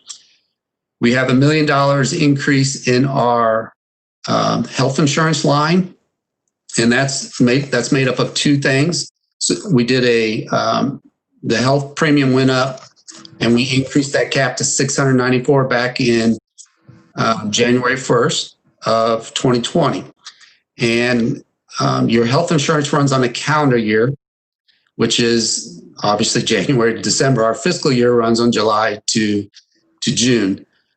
So when you do an increase in our health cap, some of that, the increase costs about 8 months for a teacher, for example. 8 months of that goes in the current year, 1920, and 4 months, September through December, goes into the next future year. So about $600,000 of that is that reoccurring costs from what we approved back in January 1st of 2020. And then about $400,000 of that is our vacancies. We have about 50 vacancies, and at that particular time when we set out budget, we always budget out for all the vacancies because you don't know whether they're going to take health insurance or not, and you want to make sure that's in the budget. So that's what makes up that $1 million in health insurance. Our early retirement payment remember that was about 5 years ago. We made the last of our payments for the early retirement plan in 1920. So 1.7 million drops out of the budget. For 2021, 3% contractual increase in transportation for about 422,000. Supplies and services, about $450,000 increase. And supplies and services are all the department and school buildings budgets to run their department. So professional development, O&M, supplies, curriculum instruction, supplies and services. So we're talking consultants, travel, PD, et cetera. So most of that is in your special ed, out district placement, and your curriculum and instruction. And then personnel changes netted out to only adding $47,000 in the budget at this time. So those assumptions total up to about $790,000 in increases. Next slide. So a little bit more detail on the personnel changes through just the regular staffing process that our HR department does. We added 1 FTE. This is based on projected enrollment for next year. Like we said, in the special education staff, we added 6 special education teachers and 6 paraprofessionals. We're going to eliminate 3 administrative positions that retired June 30th. We're going to restore the principal at Early Childhood Center. So that's an added position, and then backfill the coordinator position there. And then a Little Horizons daycare program, as I mentioned earlier, was eliminated, and that saves 10.75 positions or $358,000. When you add all that up, you net out to about $47,000 in new personnel costs. So kind of worked out well. You're able to add 6 7 teachers and 6 pairs in the special ed program, and still netted out to only about a $47,000 cost. Next slide. So based on those assumptions, our anticipated budget for 2021 right now is $243.7 million. That's about a $308,000 increase on what we're projecting that we're going to spend in 1920. Next slide. And again, this is a pie chart breaking down our major classifications of how we spend our budget. You've seen this before. Again, we're labor intensive, 83.8% of our budget in salary. I'm sorry, 83% of our budget goes to salary and benefits, or about $204 million. And you can see the breakdown on that pie chart. Next slide, please. Okay, we'll spend a little time here on this slide. This kind of got a little more busier than it typically does, but you've seen this before, and it kind of gathers all the data and puts it into one chart. And so I'm going to draw your attention to the blue line that's called surplus deficit.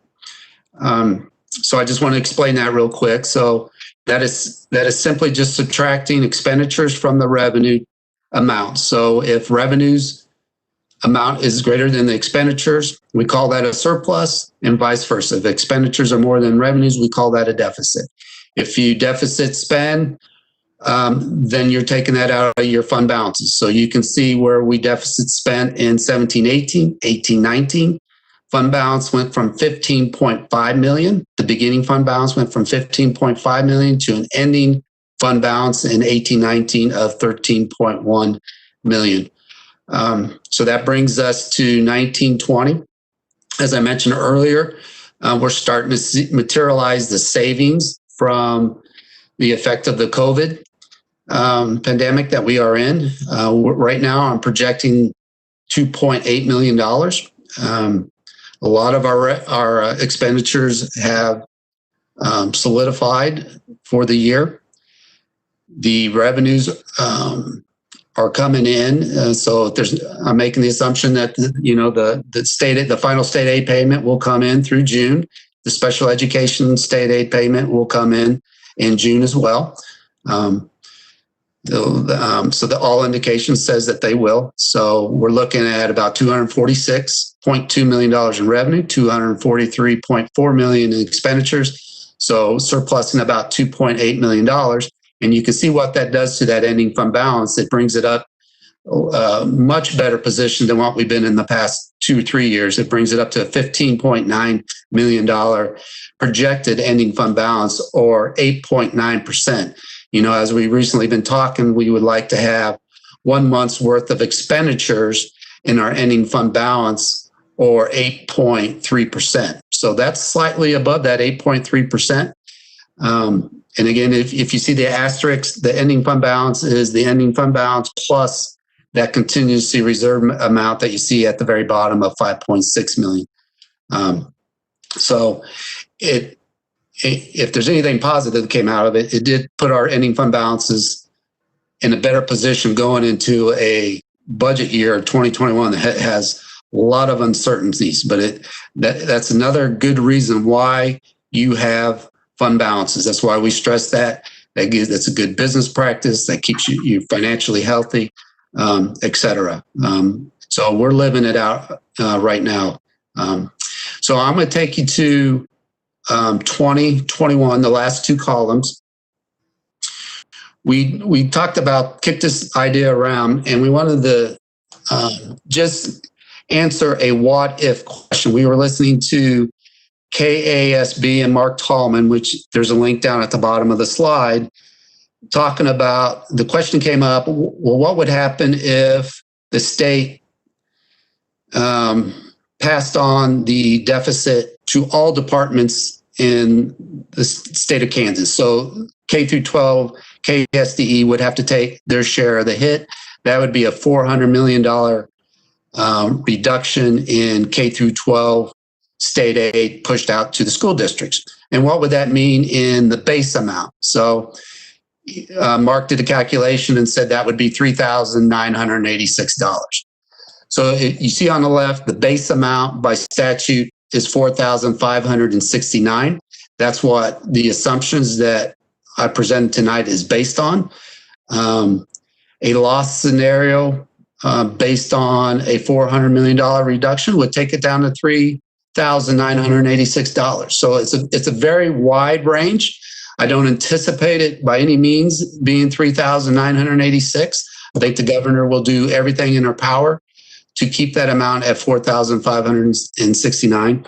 But you can just see the drastic difference. For 2021, based on 4,569, right now our budget looks at $6,731,000 surplus. And that's prior to anything that is decided about any type of salary or health compensation packages. Then when you look at the loss scenario, it swings. It's a $20 million swing actually to a $13 million deficit that would take your ending fund balances to $2.9 million. So I'll pause there in case we do want to talk anything. Anybody else want to say anything about this? Or keep moving? Are there any board members who have questions at this time, or do you want to hold your questions till the end of the presentation? I can't see you, so I'm going to ask you to speak up because my screen has the presentation on it. Okay, well, hearing none, we'll kick it back to you. Okay, let's go to the next slide, Drew.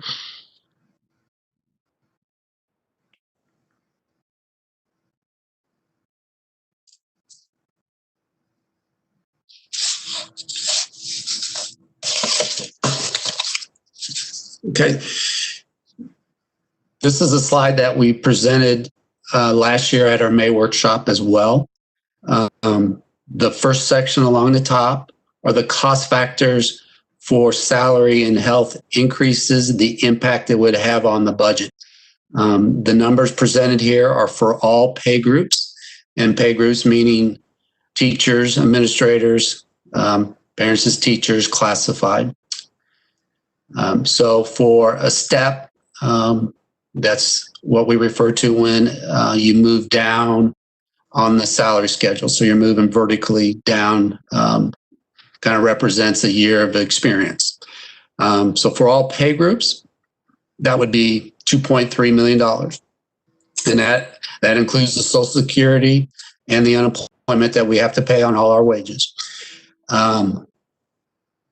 Then any increase in the base for all pay groups. So for each pay group, if we were to increase the base amount 1%, that would be $1.75 million. So if we were to do a 2% base increase, you would just double that number. So that would be about a 3.5. Then health insurance, for each 1% change or increase in our health premium, that would require a $7 increase in the district contribution, and that would be $160,000. So if you were to approve any type of compensation package, you would have to consider all three of these amounts. So if you agree to do a step, you're looking at $2.3 million. If you agree to do something on the base, you're looking at that dollar amount. If we agree to increase any of the health insurance district contribution towards health insurance, you're looking at $160,000 per 1% increase. So those are just cost factors to help you show you the costs of how much compensation puts on the budget. And these are all reoccurring costs. So when you add them, they'll be in year after year after year. Then the next section is items for future budget consideration. A lot of these items were presented last year and still under discussion through our strategic plan. You can see the high school and middle school moving 6 period to 5 periods. Elementary counselors, the social workers, and a few other items there.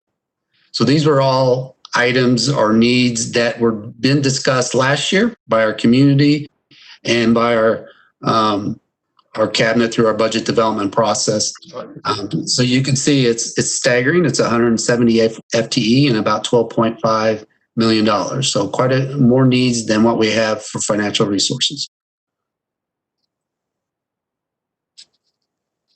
And I'll add to that, Mr. Knapp. One of the things that we will do at our next board meeting is we'll begin to talk in more detail about prioritizing these needs. Because as you mentioned, obviously, there's with $12 million of legitimate needs that we have, we're going to have to prioritize these. So we'll talk more about that at the next meeting in detail. Okay, next slide. We put this slide in because the question was asked at May 11th budget workshop about the allocation of salaries to the capital outlay fund. And so I just wanted to present to you 3 different scenarios of what that would look like. Our tax revenues that we're estimating for 2021 in the capital outlay fund is $35.7 million. So that's the 8 mills, the 8 mill levy that generates capital outlay tax revenue of 35.7. So if we were to take what we're currently doing in that first column, we allocate $4.5 million in salary and benefits to the capital outlay now. That's close to about 80 positions. A lot of our electricians and HVACs, painters, et cetera, have been coded to capital outlay for many years. That represents about 12.7% of the tax revenue number up there. If we were to increase it to 25%, so a scenario where we would look at doing 25% of the $35.7 million in tax revenue, that would give us the availability of $8.9 million. With $4.5 million already allocated to capital outlay, that would leave $4.4 million left in additional salary and benefits available. And I guess I should back up a little bit. And the reason why I was asked is because we have $9.3 million in custodial salary and benefits that are being paid out of operating funds. And 2 or 3 years ago, KSDE expanded those guidelines to allow us to charge custodial salaries to the capital outlay fund. We currently still have those all in our operating funds, except for 2. We have 2 positions in the capital outlay fund that are out at our aquatic center. So back to the third scenario, it would require close to 39% of our revenue to absorb $9.3 million of custodial salaries into the capital outlay fund. And so the question was brought up, how much do we have out there? How much can we do in capital outlay, and the impact? And the impact on capital outlay, if you're going to take over 39% of your consistent revenue from year to year, you really are just taking away vital resources from doing your infrastructure. When you have 60 buildings, O&M, they spend about $13 million a year on infrastructure needs. Our current bond referendum has expired. We no longer have any bond money to spend. So it puts a lot of pressure on our capital outlay funds to maintain the daily infrastructure needs of our facilities. Next slide. Could I ask a quick question? Is that okay? Just to check my understanding here. Go ahead. So back to that table, Mr. Knapp. So the 3 scenarios, I don't know if you can go back 1 slide or not. Thank you. The first scenario, that 12.7% reflects kind of current practice right now. And then the next scenario would be if we were to define some set percentage, some maximum percentage or something like that, the cap or some capital outlay, that would be the dollar amount associated.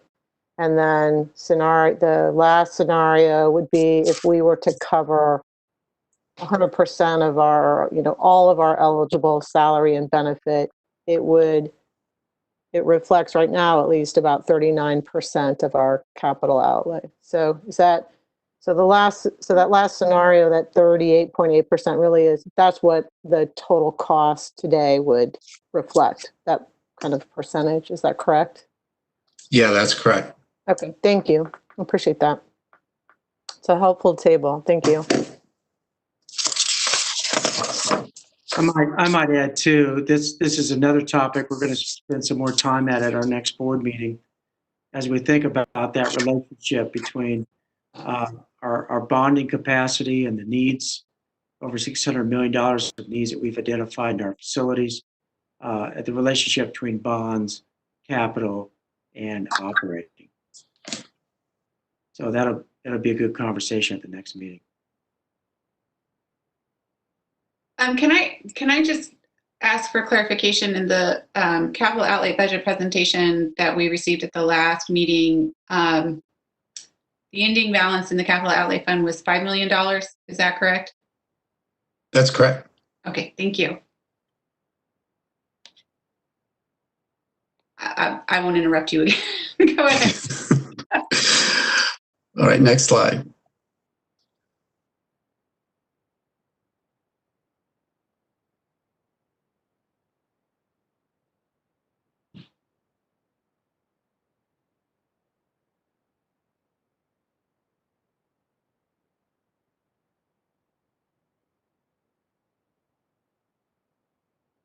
Drew, can you move to the next slide?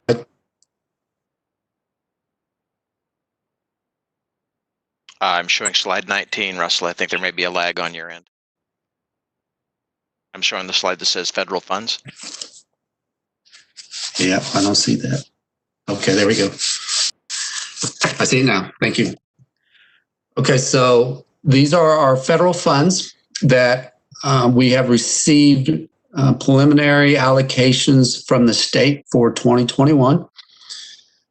Title I for low income, as you recall, we lost about $1 million over a 3-year period in federal grant allocation.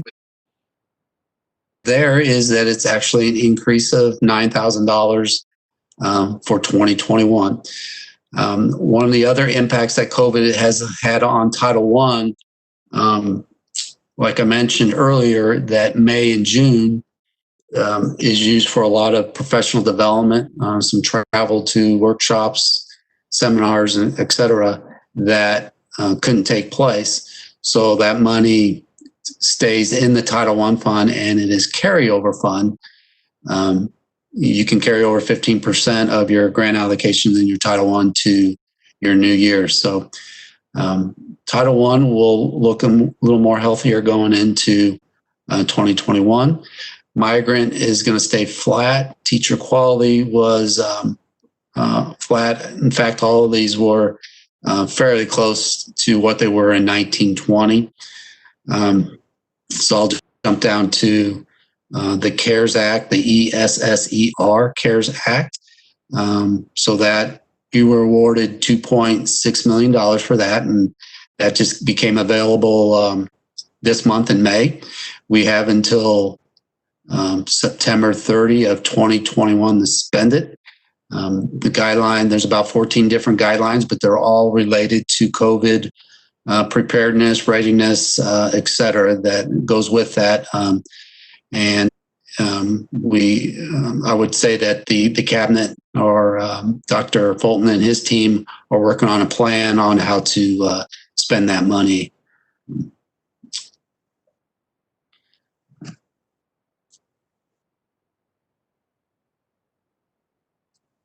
And then I want to just refresh your memory on our mill levy history. The funds that we talked about on our May 11th workshop has an impact on that.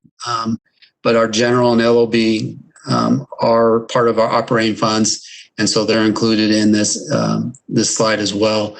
So we anticipate our mill levy decreasing 0.24%, very small amount, and it'd be about 51.995. And again, our mill levies aren't set until November. And then we get our assessed valuation in June to build our budget on. Next slide.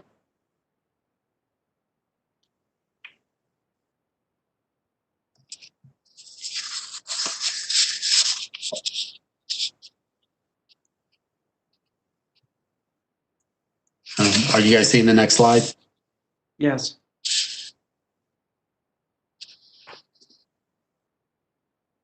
Yeah, the budget timeline is up. Okay, I don't see it, so I'll just wing it here. So the budget timeline is May 11th. We did our non-operating fund workshop. May 20th funds. We'll present a budget to the Board of Education at perhaps a tentative Board of Education date of July 20th. This is where you approve the publication that goes in the newspaper. It sets the budget amounts or your authority. You see that, but you can go lower than that. And then on August, it has to be published for 10 days, and then we'll come back on August 10th and do a budget hearing. That's where the public can come and speak to the budget, and then it'll be an action item on your agenda for adoption. And then we have to submit it to the county and the state on August 25th. And that is my last slide. So we'll stand for questions. Thank you. Okay, well, I'll run down our list of folks here. Reverend Guy, do you have any questions?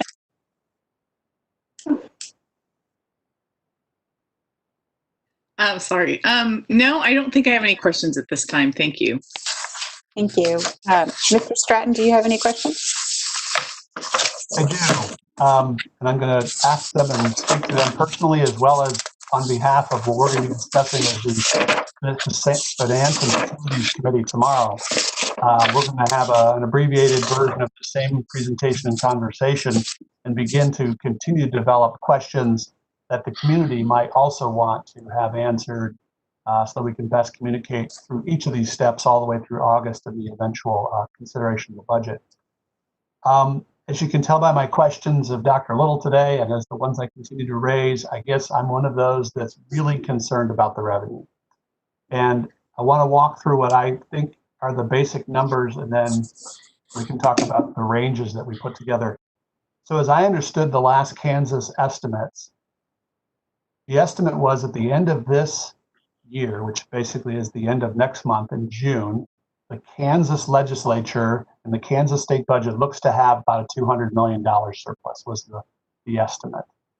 However, there was a projection that going through next year, so through the 2021 year, 20-21 year, there would be a $600 million reduction in revenue versus what was projected. And so I wanted to say that out loud to say, so while there is a projected balance this year at the end of, for the legislature of $200 million, it looks like they'll have a deficit of $400 million at the end of next year.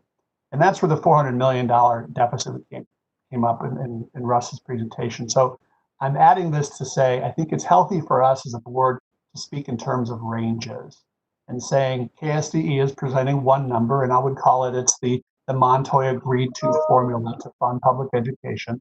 And then there's the realities that our legislators and governor are going to have to face, and that is, if there aren't the federal funds to stopgap this or some other sources of funds, the legislature will have to make up to $400 million in projected cuts. But the piece that I want to keep reiterating also is, even if the federal government comes in and provides funding, it's a one-time event. And I think that's the part that's going to make budgeting so difficult too. So even if there's an injection of money from the federal government that allows the governor and the legislature to have the latitude to allocate those funds accordingly, I'm still concerned about our ability to look at revenue projections that go like this in an economy that's really going to be reeling as we come out of this COVID situation.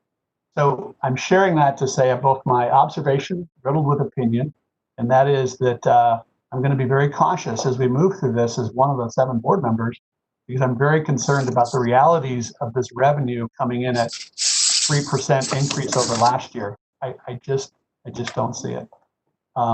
I'll pause there, even though there was not really a question there. Mr. Knapp, you referenced the fact that, we saw this before. I guess, what would someone like our district do between now and November until we get these new numbers? Don't we have any other way of addressing the reality of where revenue really might be at that point? Or do we just have to wait till November? Yeah, you would just have to wait till November. They're going to, we'll go through that budget process. The state will send out, KSDE will send out their budget documents in June, and they'll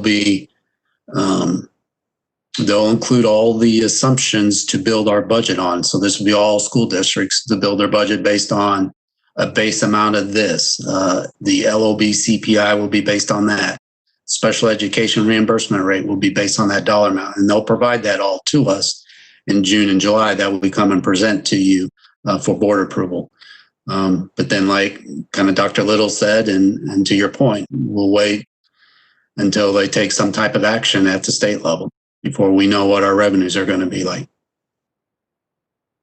All right, thank you. It's going to be an interesting several months to navigate. Thank you. Thank you, Mr. Stratton. I don't know if interesting is the word I would have used, but we'll take it. Ms. Embry, do you have any questions for us at this time? Yeah, just I want to confirm what I think I'm hearing based on Mr. Stratton's questions, which is we will not have clear enough information about our expected funding from the state until late November. But we do have to develop and provide a budget to the state by August 25th based on statute, correct? Yes, that is correct. Yeah, I would say that's correct. Okay, thank you.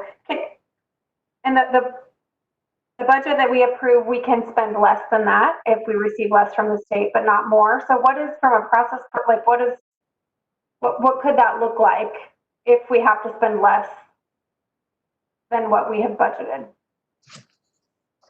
Is that, I mean, not in terms of where does the money come from, but what does that look like? Do departments redevelop their budgets? Does the board just decide? What does that decision-making process look like? Well, the superintendent will make a recommendation to the board, and the board will act on that recommendation. Typically is what happens. And we'll put the budget together in a way that we feel is reflective of what we know and adjust for what we don't know. And that's part of why we're just taking a cautious approach right now. Let's see what kind of data might come before we have to make those final decisions and get the budget put together. When I reviewed all of this budget information as a new board member, it was like my head was going to explode if I looked at that final column of the revenue projections from the state. So if I hadn't seen that, there were a lot of good pieces of information included here. Absent changes at the state level, we'll be getting an increase of $133 to our base, which equates to an additional $4.6 million for the district. And I read the slide 16 as demonstrating that we would have $6.7 million that's not currently budgeted, and there's, I don't think, an intention to just necessarily put all $6.7 million of that into our surplus. So absent this uncertainty from the state, we could have been looking at a fairly good budgetary picture from what I saw. Does anyone want to disagree? Is that what, am I interpreting it all correctly, Chris? Yeah, I'm sorry. I'm really having a hard time hearing right now. It's very choppy, but what I thought I heard was that there's a lot of positive in the budget if everything gets funded fully, and I would agree with that. $6.7 million surplus is a nice position to be in. Mm-hmm. And could you just, for a benefit of me as a new board member, Russ, and I know you shared this with me briefly, but I think it's helpful for the community to hear. Can you talk briefly about the process that happens internally to the district to develop the budget that you've shared with us today and that we'll continue talking about over the next couple of months, the role the various departments and cabinet members play in crafting this budget? Yeah, our budget development process starts back in October. where the budget department will send out budget requests to our different departments. And that's where they request what they need for 2021, what services to run their departments. So this is our O&M department, our ICT, our curriculum instructions. And then those budgets are submitted up through the supervisor and up to cabinet for approval. And once it's approved at the cabinet level, it then is given down to the budget department, and we start a draft of our future year budget scenario. A lot of our budget line items are done centrally. So as I mentioned, we're about 84% of salary and benefits. So we do all that. Our budget department does that. Allison Starosky does a very good job at doing that. So all our salary and benefits we do centrally. We do our student transportation with Dr. Ziegler and DS Bus. We work out transportation there. We estimate our utilities with Bob Robinson. So all that is done in the central office, and then it's very fluid, and we update those each month as they go by, as we can see historically what we're doing for transportation and utilities, et cetera. And then we finally put together a full budget based on what funding we have, and we present that to cabinet, and then eventually to the Board of Education at these 2 workshops. I might add too, that process is very similar to what you'll find in those districts. It's a pretty typical process for developing school budgets. Of course, a lot of it's tied up into ongoing normal expenses that you incur. So, as you saw in the budget presentation tonight, where we can find cost savings to prioritize those items in our strategic plan, then we do that. We have been doing that. But that's part of the budget process, as well as thinking about where are we spending the money, and is it in the area that really supports our strategic planning work.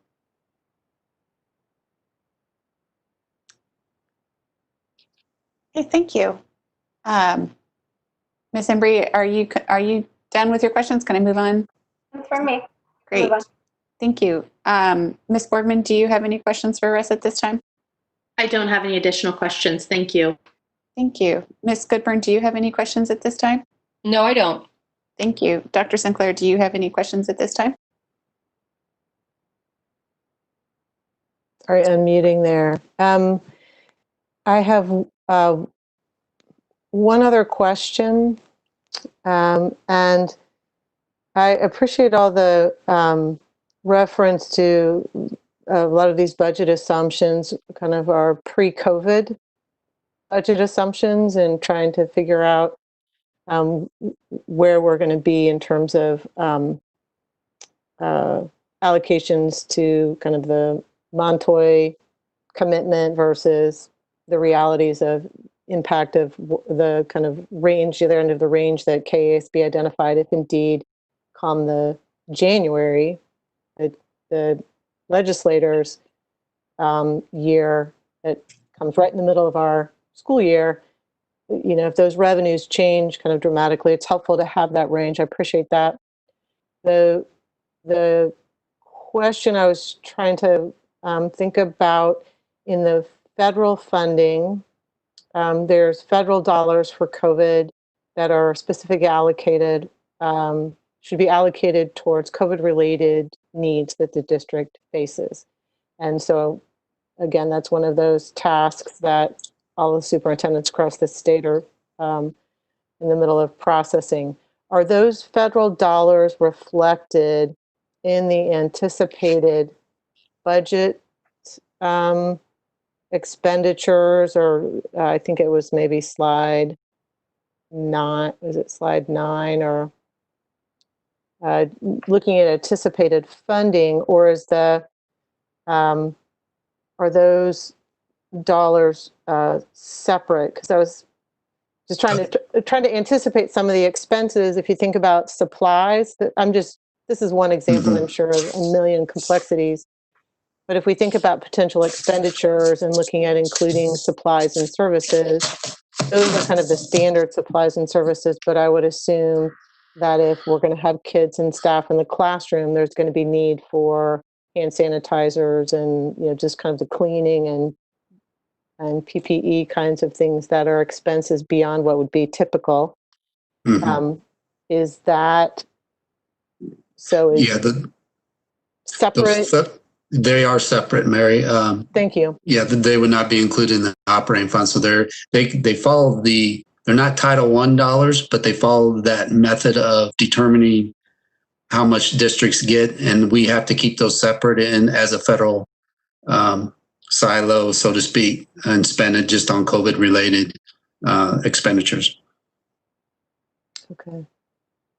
And can I ask one other kind of clarifying question? In thinking about how the budget is developed, I kind of think about that in two ways. There's the financial piece of it, of putting it together, and of the however many different funds, 32 different funds, like all those financial components. And then there's that integration to the teaching and learning and priorities of the strategic plan. And how does that, you know, how do you fit the goals of the strategic plan in with the process of building the budget? And so that seems to be kind of, and Dr. Fulton, maybe you alluded to that, you know, a question that we'll continue to talk about, but that's a different answer, I think, than the kind of the process we're going through now of, anyways. But I would expect that is a, sorry, I'm not able to articulate myself here, but they seem to be slightly two different questions, I'm not sure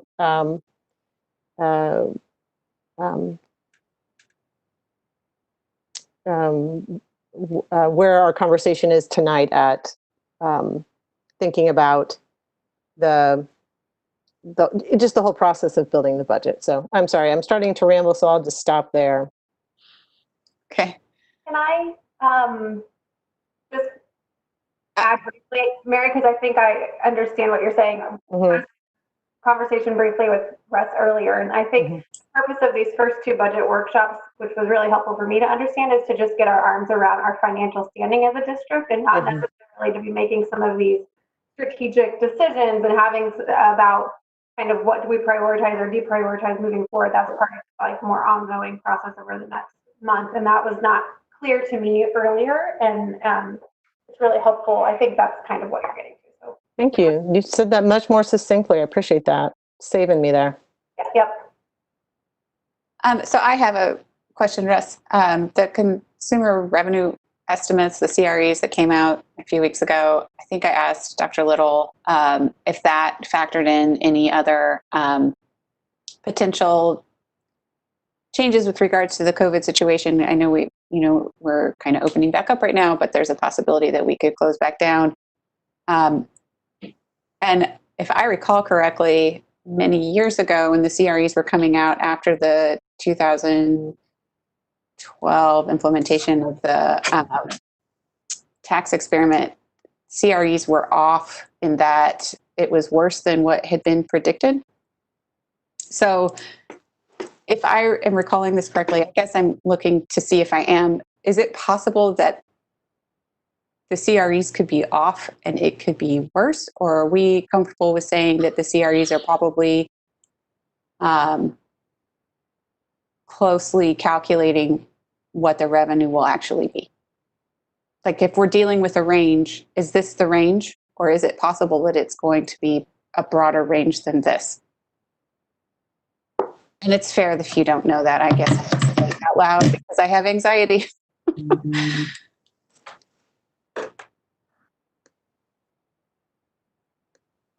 Russ, could you hear that okay? I'm struggling. It's very choppy, but I think you were questioning do we really rely on the consensus revenue and how accurate they are. You could really assume worse. They did those back in April. There's a lot that's taken place since then. So it could be worse. It could be spot on. It could be better. We're just really speculative at this time. Okay, thank you.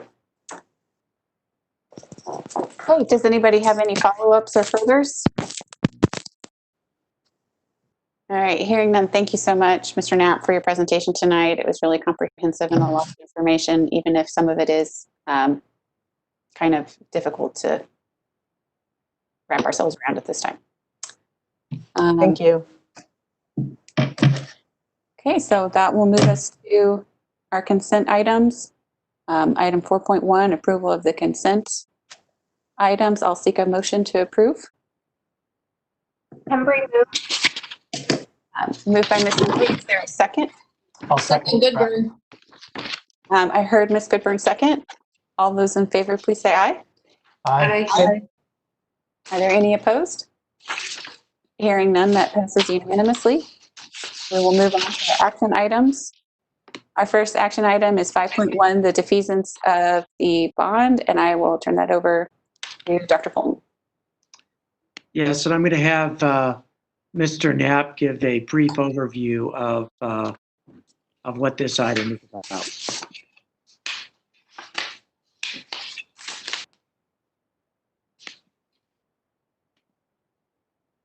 Mr. Knapp, are you able to hear me okay? He's had enough of us. You know what we might do is, as he's kind of getting logged in, why don't we go to 5.02 and then come back to 5.01 if that's okay. That is fine. So moving on to 5.2, adoption of the district-wide learning management system Canvas. Dr. Fulton, I know you're going to be speaking to that. Well, actually, Dr. Hubbard and her team they've worked really hard on this project. They've listened carefully to what people want, and they're going to give us an overview of the process and the recommendations. So, Dr. Hubbard, it's all yours. So I just want to say thank you for the opportunity to present the approval of the district-wide pre-K-12 learning management system for the district. So while we've discussed a district LMS for many, many years, the onset of the continuous learning process in March confirmed the need for a district-wide LMS to support both teaching and learning for staff and students. Additionally, we recognize the value of an LMS would have for all of our stakeholders, including parents, to have a common platform, especially if they have multiple kids in multiple buildings. So in April, we started this process system. We had a committee, I think we had about 30 some, and it was comprised of teachers, administrators, students, and parents. So at the recognized Krista Carson, Lindsay Stevenson, both of which are instructional coaches for the district, and Dan Grumman, who spent hours organizing, preparing for this process. Additionally, a special thank you to the members that presented, even though they're not all with us, sitting on presentations, completing rubrics. So we are thankful for the work of that team. And with that said, I'm going to turn it over to Krista and Lindsay from this point. Thank you, Dr. Hubbard. As Dr. Hubbard mentioned, we definitely, this stems from the feedback and the experiences that we had in our remote continuous learning. And if you will recall, there was a thought exchange that was initiated to get that feedback. And that was initiated right in the middle of us being in continuous learning. So the question was posed, what can the district do to support students' well-being? And there were about 2,000 participants in this thought exchange. And as the thoughts started coming in, Russ, a few recurring. I can take it if you can't get back on. David Adabir, you're back on. Dr. Atha, can you mute? Okay. Go ahead. Sorry. Thank you. Please continue. Thank you. Yeah, no worries. So a few recurring ideas and themes started to develop with our thought exchange. One of those ideas was that idea that there needed to be this central location for communication for parents and students. And this central location needed to house consistent and consistent communication, but also it needed to be a place for students to organize their digital workflow and at the same time for parents to be able to access those. So the results also highlighted the need for the integration of the tools and the programs that teachers were already using, and with those tools to be accessible again in one place for the students and parents. So with that thought exchange, it became clear that a potential solution might be that learning management system or an LMS. And so on the next slide, and actually it's going to be the next slide, sorry about that. Lindsay's going to share exactly what an LMS is. Thank you. Actually, Drew, do you mind jumping down to slide 4 and then we'll go back to slide 3? Thank you. An LMS, an learning management system, is something that right now, a lot of teachers are kind of finding their own mechanisms and their own programs to use to meet that need to streamline the learning. And Google Classroom is one that many of the teachers are currently using, but that has a lot more work on the teacher side, and it doesn't sync with the Skyward system. So all of the student information is not synced with it, and they have to enter a lot of that on their own.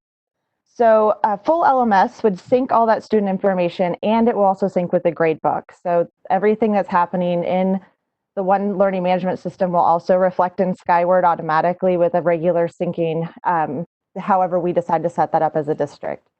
It will house all the student data so that all of the achievement data for students will be easily accessible, and then teachers can see all of that in one place and make decisions moving forward for education and curriculum choices. It will auto-populate their courses, and it will have all of the student and family information also populated automatically upon the beginning of the school year so that they have everything in one place for easy communication. And ultimately, it will make teachers' jobs a lot more effective and efficient, and it will help our families to feel more included and organized with the educational process. So when we looked at what teachers needed in an LMS, we decided to ask them with the next thought exchange. And Chris is going to talk about slide 3 on what the teachers said they needed with a learning management system. So once that thought exchange was initiated for our staff, there were about 800 participants who provided some thoughts and some ideas. And again, some recurring themes and ideas came out from those considerations about what we should consider when looking at an LMS. Some of the themes that came out from the staff: number one, it needed to be user-friendly and accessible to all staff, parents, and students. Another theme that came out was the need for early and responsive support and training for teachers with the LMS. Another idea that came out was the need to be able to, again, integrate all of the programs and the tools that teachers were currently using, all to be integrated into this one place for both teachers, students, and parents. And then finally, not only was it to be accessible and functional to parents, but it needed to house the communication to parents and students. It needed to house the ability to see student assignments, and then also for parents to be able to see that feedback loop between teachers and students regarding their students' learning. So once these features were determined, they became the foundations that we used when we went to search for that perfect tool. On the next several slides, Lindsay is going to take you through what that process looked like and the steps that we took. Thanks, Krista. So on slide 5, we're going to look at kind of where we started. We started by looking at 10 different programs and how they kind of measured against each other and what would offer the best opportunities for us as a district. So we created a rubric that included all the educator and district needs for a platform, and we went through each of these programs with that rubric. We contacted colleagues at all levels of education in surrounding areas, and we also looked into what universities and junior colleges in the area are also using to kind of help scaffold our students for that college and career readiness. We looked at the integration with Skyward and WebEx, as those are two primary programs we use. We needed to have a platform that would integrate easily with those programs. we looked at the learning tools interoperability, which means basically it would keep a secure exchange of information with using third-party vendors. And a lot of our teachers use Edpuzzle, Pear Deck, Padlet, and so all of those outside vendors will easily be secured and able to be accessed through a learning management system. And so we came up with Schoology and Canvas as our top two programs. They were used by most of the people around us. They were integrated with Skyward and WebEx. And so at that point, we decided we needed to build a team, and we started to build that team. So on the next slide, we're going to look at the team that we developed. We made sure to include teachers from all grade levels, elementary, middle, and high, administrators from elementary, middle, and high as well. And we were careful to make sure that all feeder patterns were represented. We also had student representatives and parent representatives on the team so that we could get the perspective of our families and how they would interact with the LMS and what would be their preferences. And on the next slide, this is kind of the frame of what we looked at on our rubric. So these are the categories we looked at: overall support and training, because that was one of the primary requests from our staff on the thought exchange. We looked at how it aligned with their strategic plan in preparing our students for college and career readiness. We were looking at an intuitive design so that there weren't a lot of clicks to get through it, that it was pretty easy to maneuver. We looked at integrations with our current programs that our teachers are already using. And we looked at content and assessment and the management within the program and the collaborative opportunities teachers would have to build common assessments and common curriculum. And we looked at the communication features for both families and for our teachers. And finally, we looked at the cloud-based service and the security of that information, and then the device compatibility. So that was it accessible to students on their phones if they didn't have Wi-Fi at home, but they could use their phone service. And so we wanted to make sure students had accessibility. So we're going to talk to a few of our team members just to get some of their input. And Julie Oglesby is a social studies teacher from Indian Woods. Julie, can you tell us a little bit about your experience on the team? Julie, I think you're muted. Thank you. Are you there, Julie? I can go to Heather first, maybe. I see Heather. Okay, Julie, if you can hear me, we can't hear you. So wait just a minute. We're going to listen to Heather Bledsoe from Shawnee Mission North. She teaches math. And Heather, could you share a little bit about your experience on our team? The experience was a very positive one. I felt the vendors were both very well prepared to showcase features of their product. We got to see the student side of the platform as well as the teacher side, so how we would create things and how students would interact with it.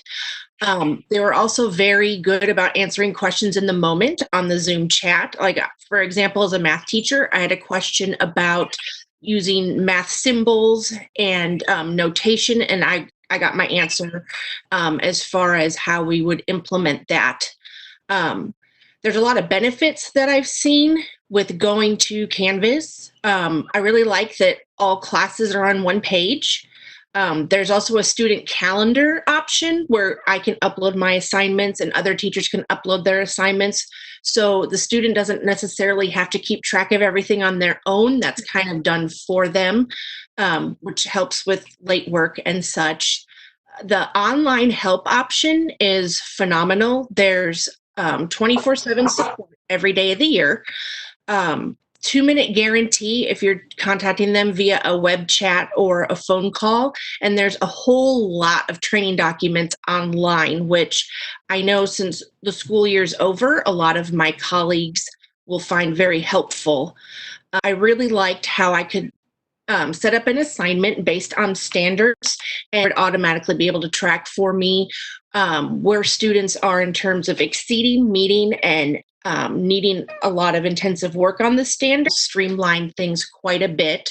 And I know they mentioned the one-click access already, and I'm really excited about that. So that way students don't have so many passwords. And that's all I have. Thank you, Heather. Julie, are you there? Okay. All right.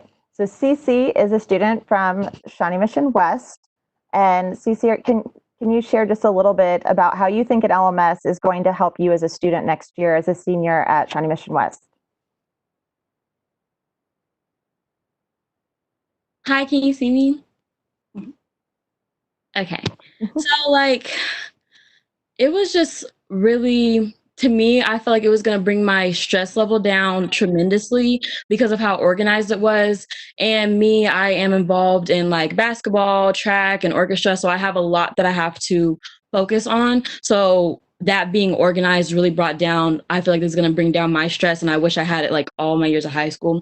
But also like on top of that, the passwords, I do agree with that because I'm kind of stubborn. I don't write down my passwords. I feel like I can just remember them all and just go through, but I really can't. So I feel like just having to remember one password is going to be really beneficial for me. Also, my mom, she's a really kind of a helicopter mom. And so I know that the fact that she can look and monitor what I'm doing at all times as well is going to really bring less stress on her. And accessing it on my phone, because I spend a lot of time on my phone. So I feel like that's because my computer, sometimes it doesn't work. So I do think accessing it on my phone is going to be just really beneficial too. Overall, yeah, I think that's just it. And like having just one system instead of a whole bunch of others, because some of my teachers use Schoology, Canvas, and some of my teachers don't use anything at all. So just having just one overall, like having one teacher use one system, I feel like it's going to be really beneficial for me going into my senior year. And the fact knowing that some colleges that I'm looking at going to use this is just really makes me feel better about college. So yeah. Thank you, Cece. Yeah, no problem. And Julie got frozen, but she said she's back in. So Julie, are you there? I'm here if you can hear me. Yes, we can. Okay. Thanks, guys. Thanks for the opportunity to speak tonight. So it's already been mentioned, but I'll just kind of reiterate that community members made up of K through 12 students, parents, teachers, principals, along with members of district leadership met to hear from both Schoology and Canvas. And the rubric was very extensive, but it was important that this platform be user-friendly and easy to navigate, especially for students, since this would be used in all K through 12 settings. So we were really looking for a platform that would better serve the Shawnee Mission community based on the criteria here on this slide. The vendor presentations included a look at the teacher, student, and parent view for each platform. And overall, both Schoology and Canvas were very similar in many areas of the rubric. However, in training and support, Canvas had a more adaptable approach in order to meet individual needs of teachers that may require some more assistance in using their platform. And then it also had 24/7, 365-day support for staff. So that was a big plus. Canvas also has the ability for a PLC or curriculum cadre to create a course template where teachers can easily share common assessments and daily work. And then I also wanted to speak just briefly about Google Classroom, since many teachers in our district currently use Google Classroom. And I get a lot of questions about how it's different from an LMS. So Google Classroom is essentially a communication tool. And while a LMS is also a communication tool and has similar features, it just does so much more. For those that aren't super familiar with Google Classroom, teachers send assignments to students digitally. Students then submit work back to the teacher. They can also upload class material, videos, and there's some opportunity for class discussions on there, but an LMS like Canvas has an integrated discussion board that allows for more robust student collaboration. A major difference is, like it was mentioned earlier, the system would directly come from Skyward, so we wouldn't have to add individual students in by a class code. And parents would also be able to see individual progress and feedback on assignments within the parent view, which is a huge plus since the Google Classroom Guardian access was pretty limited and would not allow parents to see student work or feedback unless they looked at their student side of the program. One of the biggest differences is that it links the grade. So a teacher can give feedback and assign a grade that will directly go into Skyward. And I've had many parents ask me, so my student shows that they have a missing assignment in Skyward, but there's no missing assignment in Google Classroom. So I would have to explain that the two programs don't speak to each other. I have to manually go in as the teacher and fix that grade within their system. So lastly, with like a Google form type of thing, an individual assignment, you can break down questions on an assessment for learning analytic purposes. But with an LMS, it has an in-depth data collection and analysis tools for teachers, administration, and counseling to access, which can be vitally important to track student progress over time and find areas needed for growth and intervention. So overall, a teacher can still use the Google Suite, and Google Drive curriculum resources can be plugged directly into the platform, but an LMS will alleviate a lot of extra steps for all parties, teachers, parents, students, and it's going to be housed in one system. And like it was mentioned earlier, if parents have multiple children in the district, they have one login, one location, and it has a dashboard for all of their students in the Shawnee Mission School District. So hopefully that answers some questions, and I'll give it back to Lindsay. Thank you, Julie. And then Lisa Grumman acted on the team as well. She was one of our administrative representatives. Lisa, are you available? Yes. Hi. I just wanted to take a moment. Everyone has articulated so well the many benefits of this particular learning management system. I think I wanted to speak briefly to just the process and really how I felt it was so cohesive in taking the feedback from the thought exchange, really focusing in on the rubrics, the rich discussion amongst all the stakeholders that were involved, and then really leading to this end outcome that will support our students, our staff, and our families in a very in a foundational platform that gives them the communication, the tools, and access to everything that they need to really help our students and support our students in our learning. And one of the things that was really important to me was really looking at the timeline. I thought it was really remarkable that this all came together in a very thorough process, but so efficiently to be responsive for staff who wanted as much time to plan and prepare as possible. So I just wanted to really acknowledge that and the leadership of this group and how you guided us through this process thoroughly, but did so in an efficient manner to maximize the time available for preparation. So thank you. Thank you, Julie. On the next slide, Krista is going to talk about the results and what the scoring looked like with the rubric. So I might add that not only did we really pay attention to that criteria in the rubric, one of the advantages I think that we had during our vendor presentations to really draw upon our relevant experience that we were living in at the moment in that remote learning. And so each team member really had the opportunity to ask very relevant and pertinent questions, and they really were able to assess whether the tool was going to meet their needs. So after we had those vendor presentations, we asked the team to join us in a debrief and kind of reflect on what was heard and share out with the team what they heard as important features. Ask them to complete the rubric, and then the results are shown here. These outcomes are very reflective of our conversations and that the vendors provided. If you'll notice, they are also very reflective of the criteria that teachers said were important to them, as far as that ongoing PD, and then the process of having all of their tools and their programs integrated into one place. You can see those were where our scores reflected that conversation. So with Canvas being the product of choice, if we go on to the next slide, we wanted to provide a very brief look into what an elementary student view looks like and a secondary view. I want to preface that this by no means is a comprehensive look into all the features and capabilities, but what it does do for us is highlight the fact that Canvas shared with us that there is that capability to tailor the view for different age groups.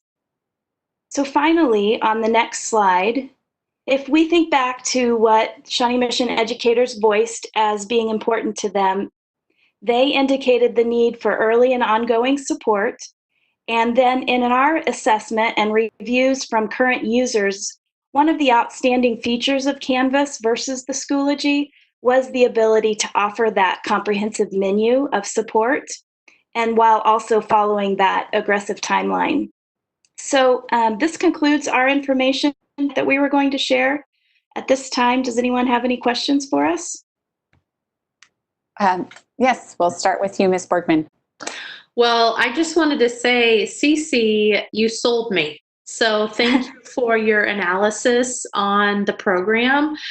Can you just, again, tell me what you really liked about this LMS?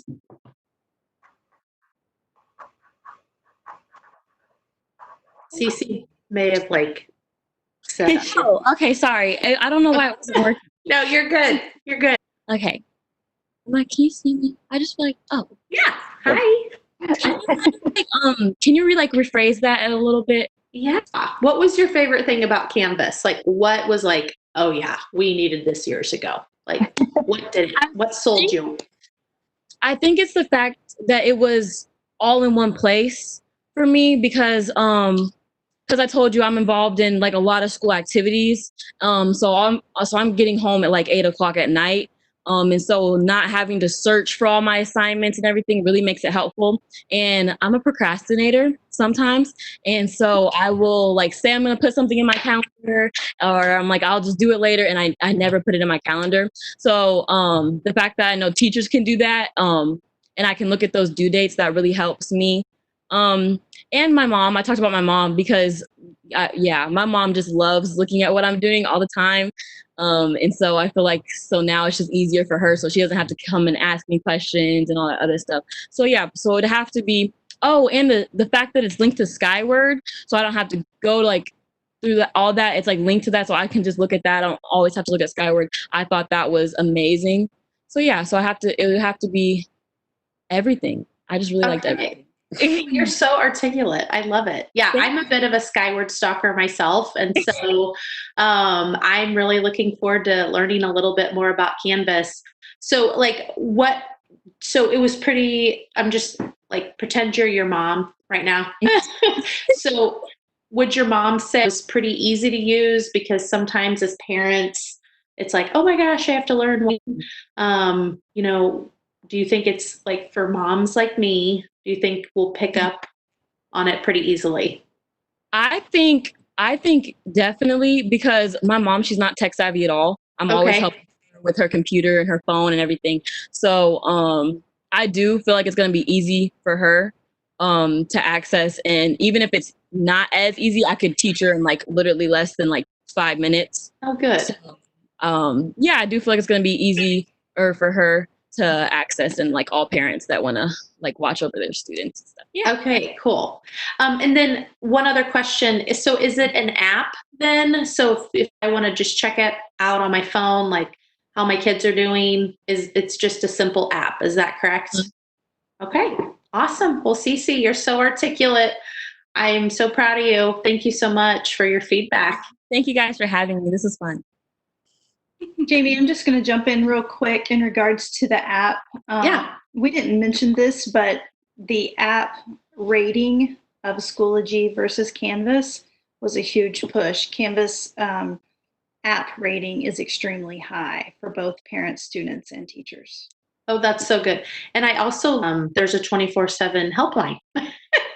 That's huge, especially on, because it's often on a Sunday night when you're going through and trying to figure out, oh my gosh, who's missing what? When you have those, Sunday dinner conversations, and if there's a problem, it's nice that you can just access someone. So that's a huge benefit for parents, I'd say. Okay. Thank you, Ms. Borgman. Let's run through everybody. Reverend Guy, do you have any questions at this time? No, I don't. Thank you. Thank you. Ms. Goodburn, do you have any questions at this time? I just wanted to hear a little bit about the rollout and it's going to be completed by August of 2020. But what does the rollout look like?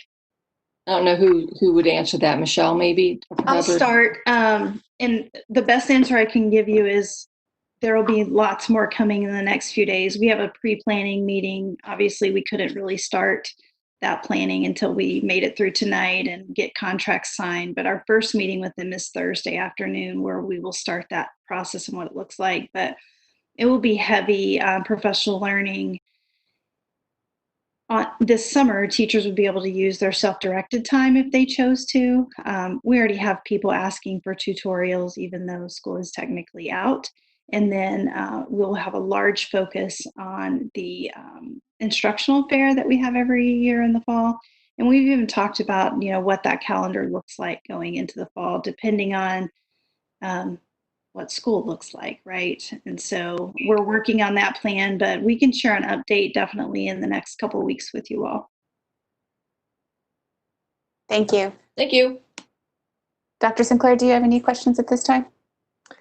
Just a quick comment of all the benefits that have been articulated in this presentation. Thank you. The one that jumped out at me too seemed to be kind of an extra bonus, and I think Cece mentioned that, is Johnson County Community College and other universities are using Canvas as a system. So we have our students helping bridge that connection from school to post-secondary because of a familiarity with the system. So I love that, making post-secondary education more approachable from a familiarity they gain through high school. So I think it's fantastic. Thank you.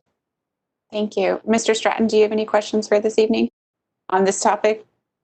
No other questions on this, other than it looks like a great step forward, leveraging our technology and our systems in the district. So I'm glad to see this. I learned a lot tonight. Thank you. And Ms. Hembry, I think you are my last board member. Do you have any questions on this topic? No questions. Great job.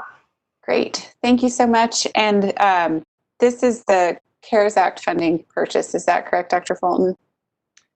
Yes, this is an allowable purchase under the CARES Act money. That's what we'll do initially, and then it will fold into capital after that.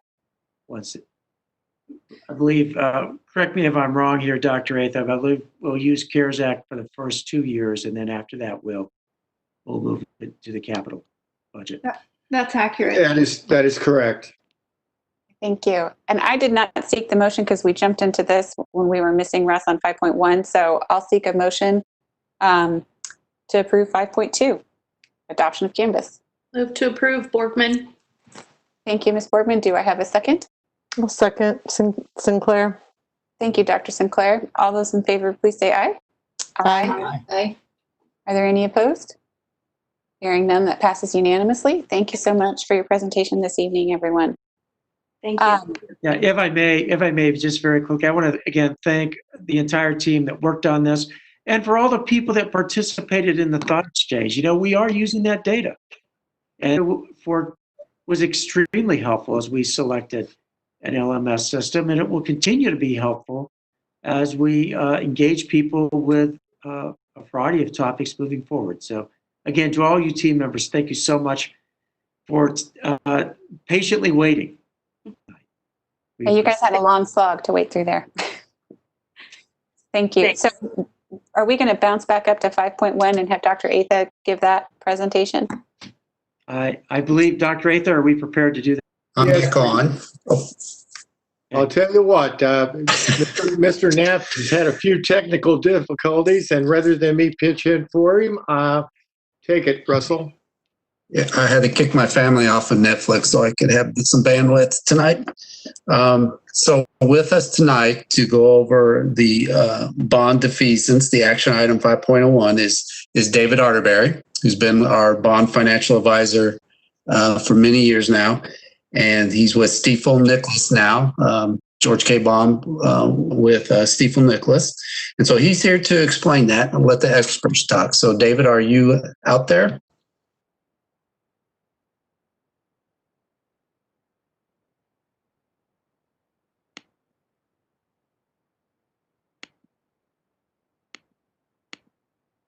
Perhaps he's muted. He's on as a not a panelist. not a panelist. Attending. Yes. If he's attending, he's not able to Wrong speak. place. Yeah. Okay. I have him unmuted, but we can't hear him. Okay. Okay. If you would, I will go ahead and present it. Yes, please. Okay. So this is the second year we've done the bond defeasance. We did it last year for the first time. And so the resolution that you're approving tonight is for 6.4 bond defeasance. So basically that is calling bonds when they become callable in October of 2022. So what that helps the district is stabilizes our mill levy in our bond and interest fund that we use to pay off our debt, our bond debt. By putting money aside into an escrow, that takes debt off of our books, so it increases our bond capacity. So if we were to go out and do a bond referendum in the near future, our capacity will increase because this debt will no longer be on our books. And then obviously, if you call your bonds early, you save future interest costs on your bonds. So that's what that resolution is doing, and it's up to $6,415,000. Okay, thank you. Does anyone have any questions for Mr. Knapp on this item? Okay, I did not seek the motion prior to the presentation, so I will seek a motion to approve item 5.1, the defeasance of the bonds. So moved. Sinclair. Okay, so moved by Dr. Sinclair. Is there a second? Second, Goodburn. I think I heard Ms. Goodburn on that one.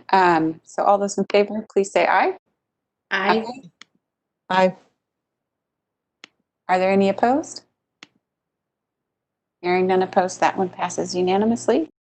And down to 5.03, which is the first reading of approval of a new policy for duty to report criminal offenses. And I will look to Dr. Fulton and Mrs. Goodburn to give us a recap of this item.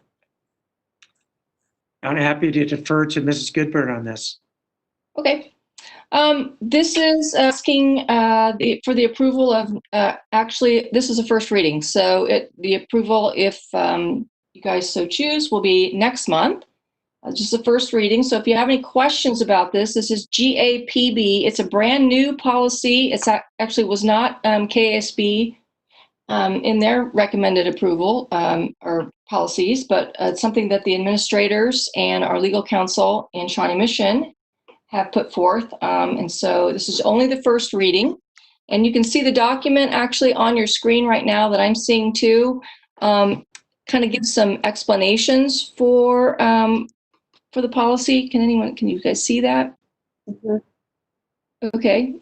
Can you see what it says on the very top? Can we go any, Matt? Yeah, there we go.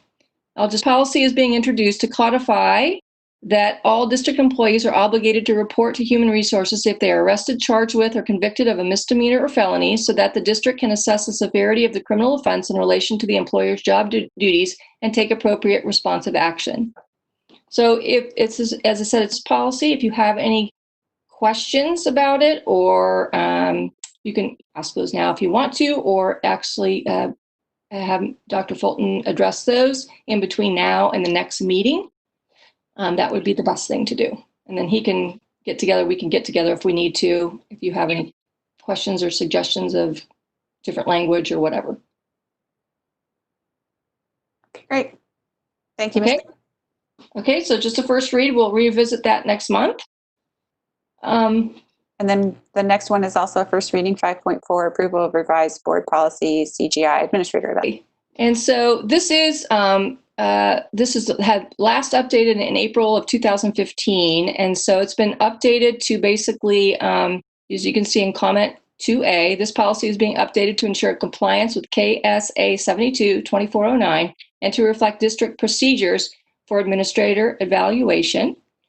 And then the bottom part of it is basically policy GBI addresses the availability of evaluation records for all employees, and policy GAK addresses personnel records. So this language is not necessary. And I believe that we don't call it a manual for evaluation. We call it the handbook for administrators, and so that's why that was updated. So again, and the reason why we did a first read on this one for you all was just because of the amount of changes to this current policy, since there was a few changes to it, even though they were KSB to comply with certain statutes, and also KSB recommended that since there was a lot of them, we decided to do a second read on it. So that, again, we'll address this next month. If you have questions, you can ask Dr. Fulton about those, and he'll get with us. Thank you. Moving on to 5.5, this is the first and final reading, and we'll have Ms. Goodburn speak to it, but I make the motion so we can move it along, and then we'll get the second, and then we'll have her speak to it. So do I have a motion to approve? So moved. Thank you, Mr. Stratton. Do I have a second? Second by Ms. Hembry. Thank you, Ms. Hembry and Ms. Goodburn. Well, again, you can read right here, and I'll just read it really quick. This minor revision was included in the June 2019 KSB policy updates because policy GK allows for the superintendent or designee to suspend with pay for any reason. This policy should clarify the board action is only required to suspend an administrator without pay. Board action is not necessary to suspend an administrator with pay. The superintendent or designee has authority to do so. So basically, it's just clarification. And it was KSB, so that's why we said, and since it was a small revision, that's why we said first and final on this. Great, thank you. All those in favor, please say aye. Aye. Aye. Are there any opposed? Okay, passes unanimously. Cruising right along to item 5.6. Thank you, Ms. Goodburn. Approval to purchase BIST services for the 2021 school year. I'll seek a motion. We'll get a second, and then we'll have Dr. Fulton speak to it. So moved, Sinclair. Thank you, Dr. Sinclair. Is there a second? Borgman, second. I think I heard Ms. Borgman first on that, and then we'll turn it over to you, Dr. Fulton. Sure. Thank you very much. And I'll have Dr. Hubbard or a member of her team join me on this. But BIST is a support program for students, a behavioral support program for students that we use in our title schools, and we use title funds to pay for it. Dr. Hubbard, do you want to take it from there and talk about why we use title funds and the use of using title funds? We've been using title funds since we initiated BIST several years ago, and you'll notice there are a couple of schools, maybe just one, and Kevin Hansford's joining us as well. Broken Arrow was a title school and is no longer, and we have continued funding for Broken Arrow. And so we use Title IV to support Broken Arrow because we didn't want to take that service away after they already had it. Kevin, is there anything else you want to add regarding that? I don't think so. We also provide BIST also provides professional development to some of our non-BIST schools on professional learning days. They allow their consultants to provide large-scale PD for us on those days to assist teachers with classroom management strategies and behavior interventions. So they do assist all of our schools in that regard. I know one of the issues was there was, what schools that would have interest in having BIST expanded to them. Talk about the issues with the fact that you're limited in what you can do, since these are title when it comes to expansion to other schools in the district. So we do expand the professional learning piece. We send them to leadership BIST training and other professional learning that BIST offers, as well as we bring BIST consultants in as long as it's a large group with our title schools. The piece that we can't do is provide a BIST consultant to those schools, and that is because we would be supplanting funds. So if you pay for something in a title fund, you can't then turn around and provide it in the general fund. So anything that federal funds pay for should be in addition to what we would pay for all schools, or otherwise it's considered supplanting. And that is why, if we wanted all schools hypothetically to be a BIST, but it would all have to be paid for out of the general fund. So I have a question. I know that BIST is a tried and true program. Also just curious about programs like Trauma Smart. I know that in certain schools, some social workers feel Trauma Smart may be a little bit more tailored to the needs of the kids at that school. And so what is the process like for evaluating? And I know that it's primarily at title schools, but how do you decide, what would get BIST versus like a Trauma Smart training and program? So we don't decide that. We let the building teams, building leadership teams make that decision. For example, we have title schools that are not BIST schools and they use that funding for something else. Kevin, correct me if I'm wrong. Marion Park chose to use their money for Leader in Me. Is that correct? That's correct.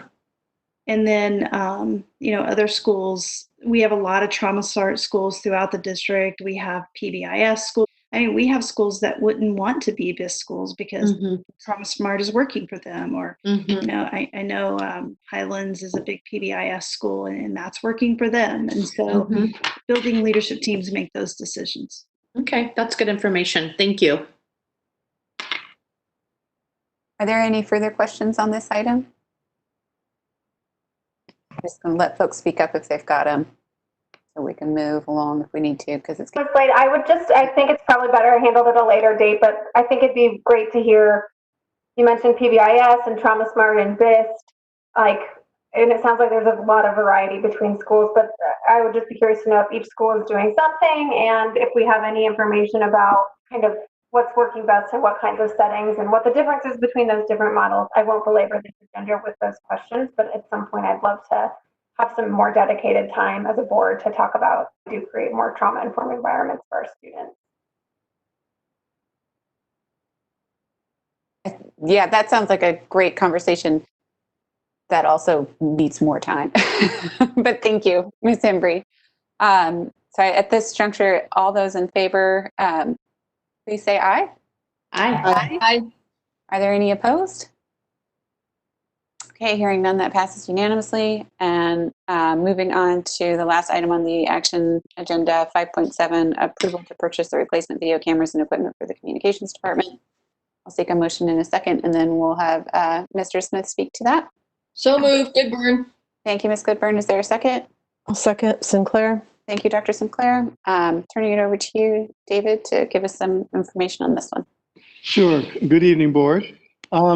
We have cameras that we use for a number of different activities, including we have the studio, we have the graduations that we broadcast live, we have the foundation breakfast event, and we have the programs to categories and the encounter programs. And the cameras that we use for those were purchased either in 2003 or 2007. Generally, with electronic equipment, you would put them on a 5-year recycle. Well, 5 years from 2003 put us smack in the middle of the Great Recession, and we haven't been doing very well since then. So we've got this equipment is quite old. The boys are really good at, using baling wire, duct tape, and chewing gum to make things continue to work. But we've been having some failures that make it clear that at some point the system is going to collapse under its own weight. So this money, the money would come from capital outlay, and it would allow us to replace the cameras that we use for those events. We're challenged because we do work, almost all of those events, we use students to support us and to train them. It's been a little bit challenging because we're training them on equipment that they will never see again, except perhaps in a museum or in an electronics pile. So we're looking forward to having newer equipment that would allow us to train them on modern equipment that they would see if they went on to additional work in that area. So that's the general thing, but I'd be glad to answer any questions that you have. Thank you. Are there any questions at this time? I'll let folks ask them. Not hearing any, and I'm seeing shaking heads no. So we'll go ahead and vote on this one. All those in favor, please say aye. Aye. Are there any opposed? Aye, sorry, I was muted. Okay. Are there any opposed? All right, hearing none, that passes unanimously. Thank you, Mr. Smith. Thank you. We made it to board comments. Woohoo! All right, so we'll go ahead and get to board comments and just go through the list again. Ms. Borgman, do you have any closing remarks for this evening? Yeah, sure. Just some shout outs. I just want to give a shout out to the retirees in the district. Thank you so much for your years of service with Shawnee Mission. We are grateful for you and the mark that you have made on our district, and a special thank you to Jane Miramontes. I also want to just thank, as the year is wrapped up, the students for really buckling down in this crazy, challenging year. So thanks for, bearing with us and putting in the work and just getting your assignments in and finishing strong. I also want to thank the parents who found themselves suddenly in a role that we're all a little bit uncomfortable with, and that is the role of educator. And so thank you to the parents who were patient with the district and really just, did the work and put in the work to help kids. Just also a huge thank you to the IT department that really got this crazy task done with COVID and distance learning in just such a short period of time. I don't know that there will ever be enough, words to thank you for all that you've done for our district, but we are all truly grateful. And also just to the principals, it's been a rough year for so many reasons, and you have shouldered so much of the burden. And we just want to thank each and every one of you for just always having a smile on your face and showing up for your teachers, your staff members, as well as for parents and students. So we are grateful to each and every one of you. So thank you all so much. Thank you. Mr. Stratton, do you have any final comments for this evening? No, thank you. That was summarized well. Thank you. Thank you. Ms. Embry, do you have any final comments for this evening? I'd only add thank you to the Evergy crew that came and fixed my power 30 minutes into this meeting when it went down so I could continue participating. You saw me on video. I was hollering gratitude out the door. Well, thank you for that. That's quite the response time to have it go down during the meeting, have them come out and fix it that quickly. Thank you. And Reverend Guy, do you have anything to close for this evening? Just to echo how grateful we are for all of those who are retiring this year, how sad we are that we couldn't do our typical celebration for all of the years of service that those educators and employees have given to our schools, our students. They invested years of their lives into our students and have left a legacy in their lives. And it's very sad that we can't celebrate them and thank them for all they have done like we typically do at the end of the school year. I'm hoping that will be rescheduled along with everything else, but we just want them to know that we wish them well and hope they have a wonderful retirement, and thank all of them for how they have invested in our students. And that's all. Thank you, Reverend Guy. Ms. Goodburn, do you have any final comments for this evening? I don't. Thank you. Dr. Sinclair, do you have any final comments for this evening? I'd just like to jump on the gratitude there expressed by Ms. Borgman and Reverend Guy. Said it very well. Thank you. And to our district leadership for sifting through all the potential scenarios and the decisions that have to follow in planning for multiple scenarios moving forward. Thank you for processing all those questions every day. Thank you. And I'll just reiterate the thanks to everyone in the team, to all of our teachers leaving. It's, as everyone has said, it is really unfortunate that we aren't able to do the retirement send-off and to give you your pins and to shake your hands and to let you know how much we appreciated your service to the district. And as Reverend Guy said, hopefully that will be able to be rescheduled. And if not this year, maybe we can just combine everyone into next year's and have double the amount of cake. I don't know. But in any event, we are going to move into executive session at this time. So I will seek a motion from Mary if she can make a motion for us to move into executive session. I know we need 30 minutes, and I would like to respectfully request 10 minutes between now and when that 30 minutes begins, because I accidentally somehow broke my chair during this meeting due to COVID-19, and I need to find a different chair. So that would put us at 9:55. 9:55. Yeah. Okay. So I move we go into executive session to discuss legal matters with our legal counsel pursuant to the exception for matters which would be deemed privilege in the attorney-client relationship under COMA, and the board will reconvene at 9:55. Do we have a second? I'll second. Goodburn. Thank you, Ms. Goodburn. All those in favor, please say aye. Aye. Aye. Are there any opposed? Hearing none, thank you so much. We'll see you all in 10 minutes at 9:45. No additional business will be conducted, is that correct? That is correct. There will be no additional business after the executive session. Thank you. Thank you. See you guys shortly.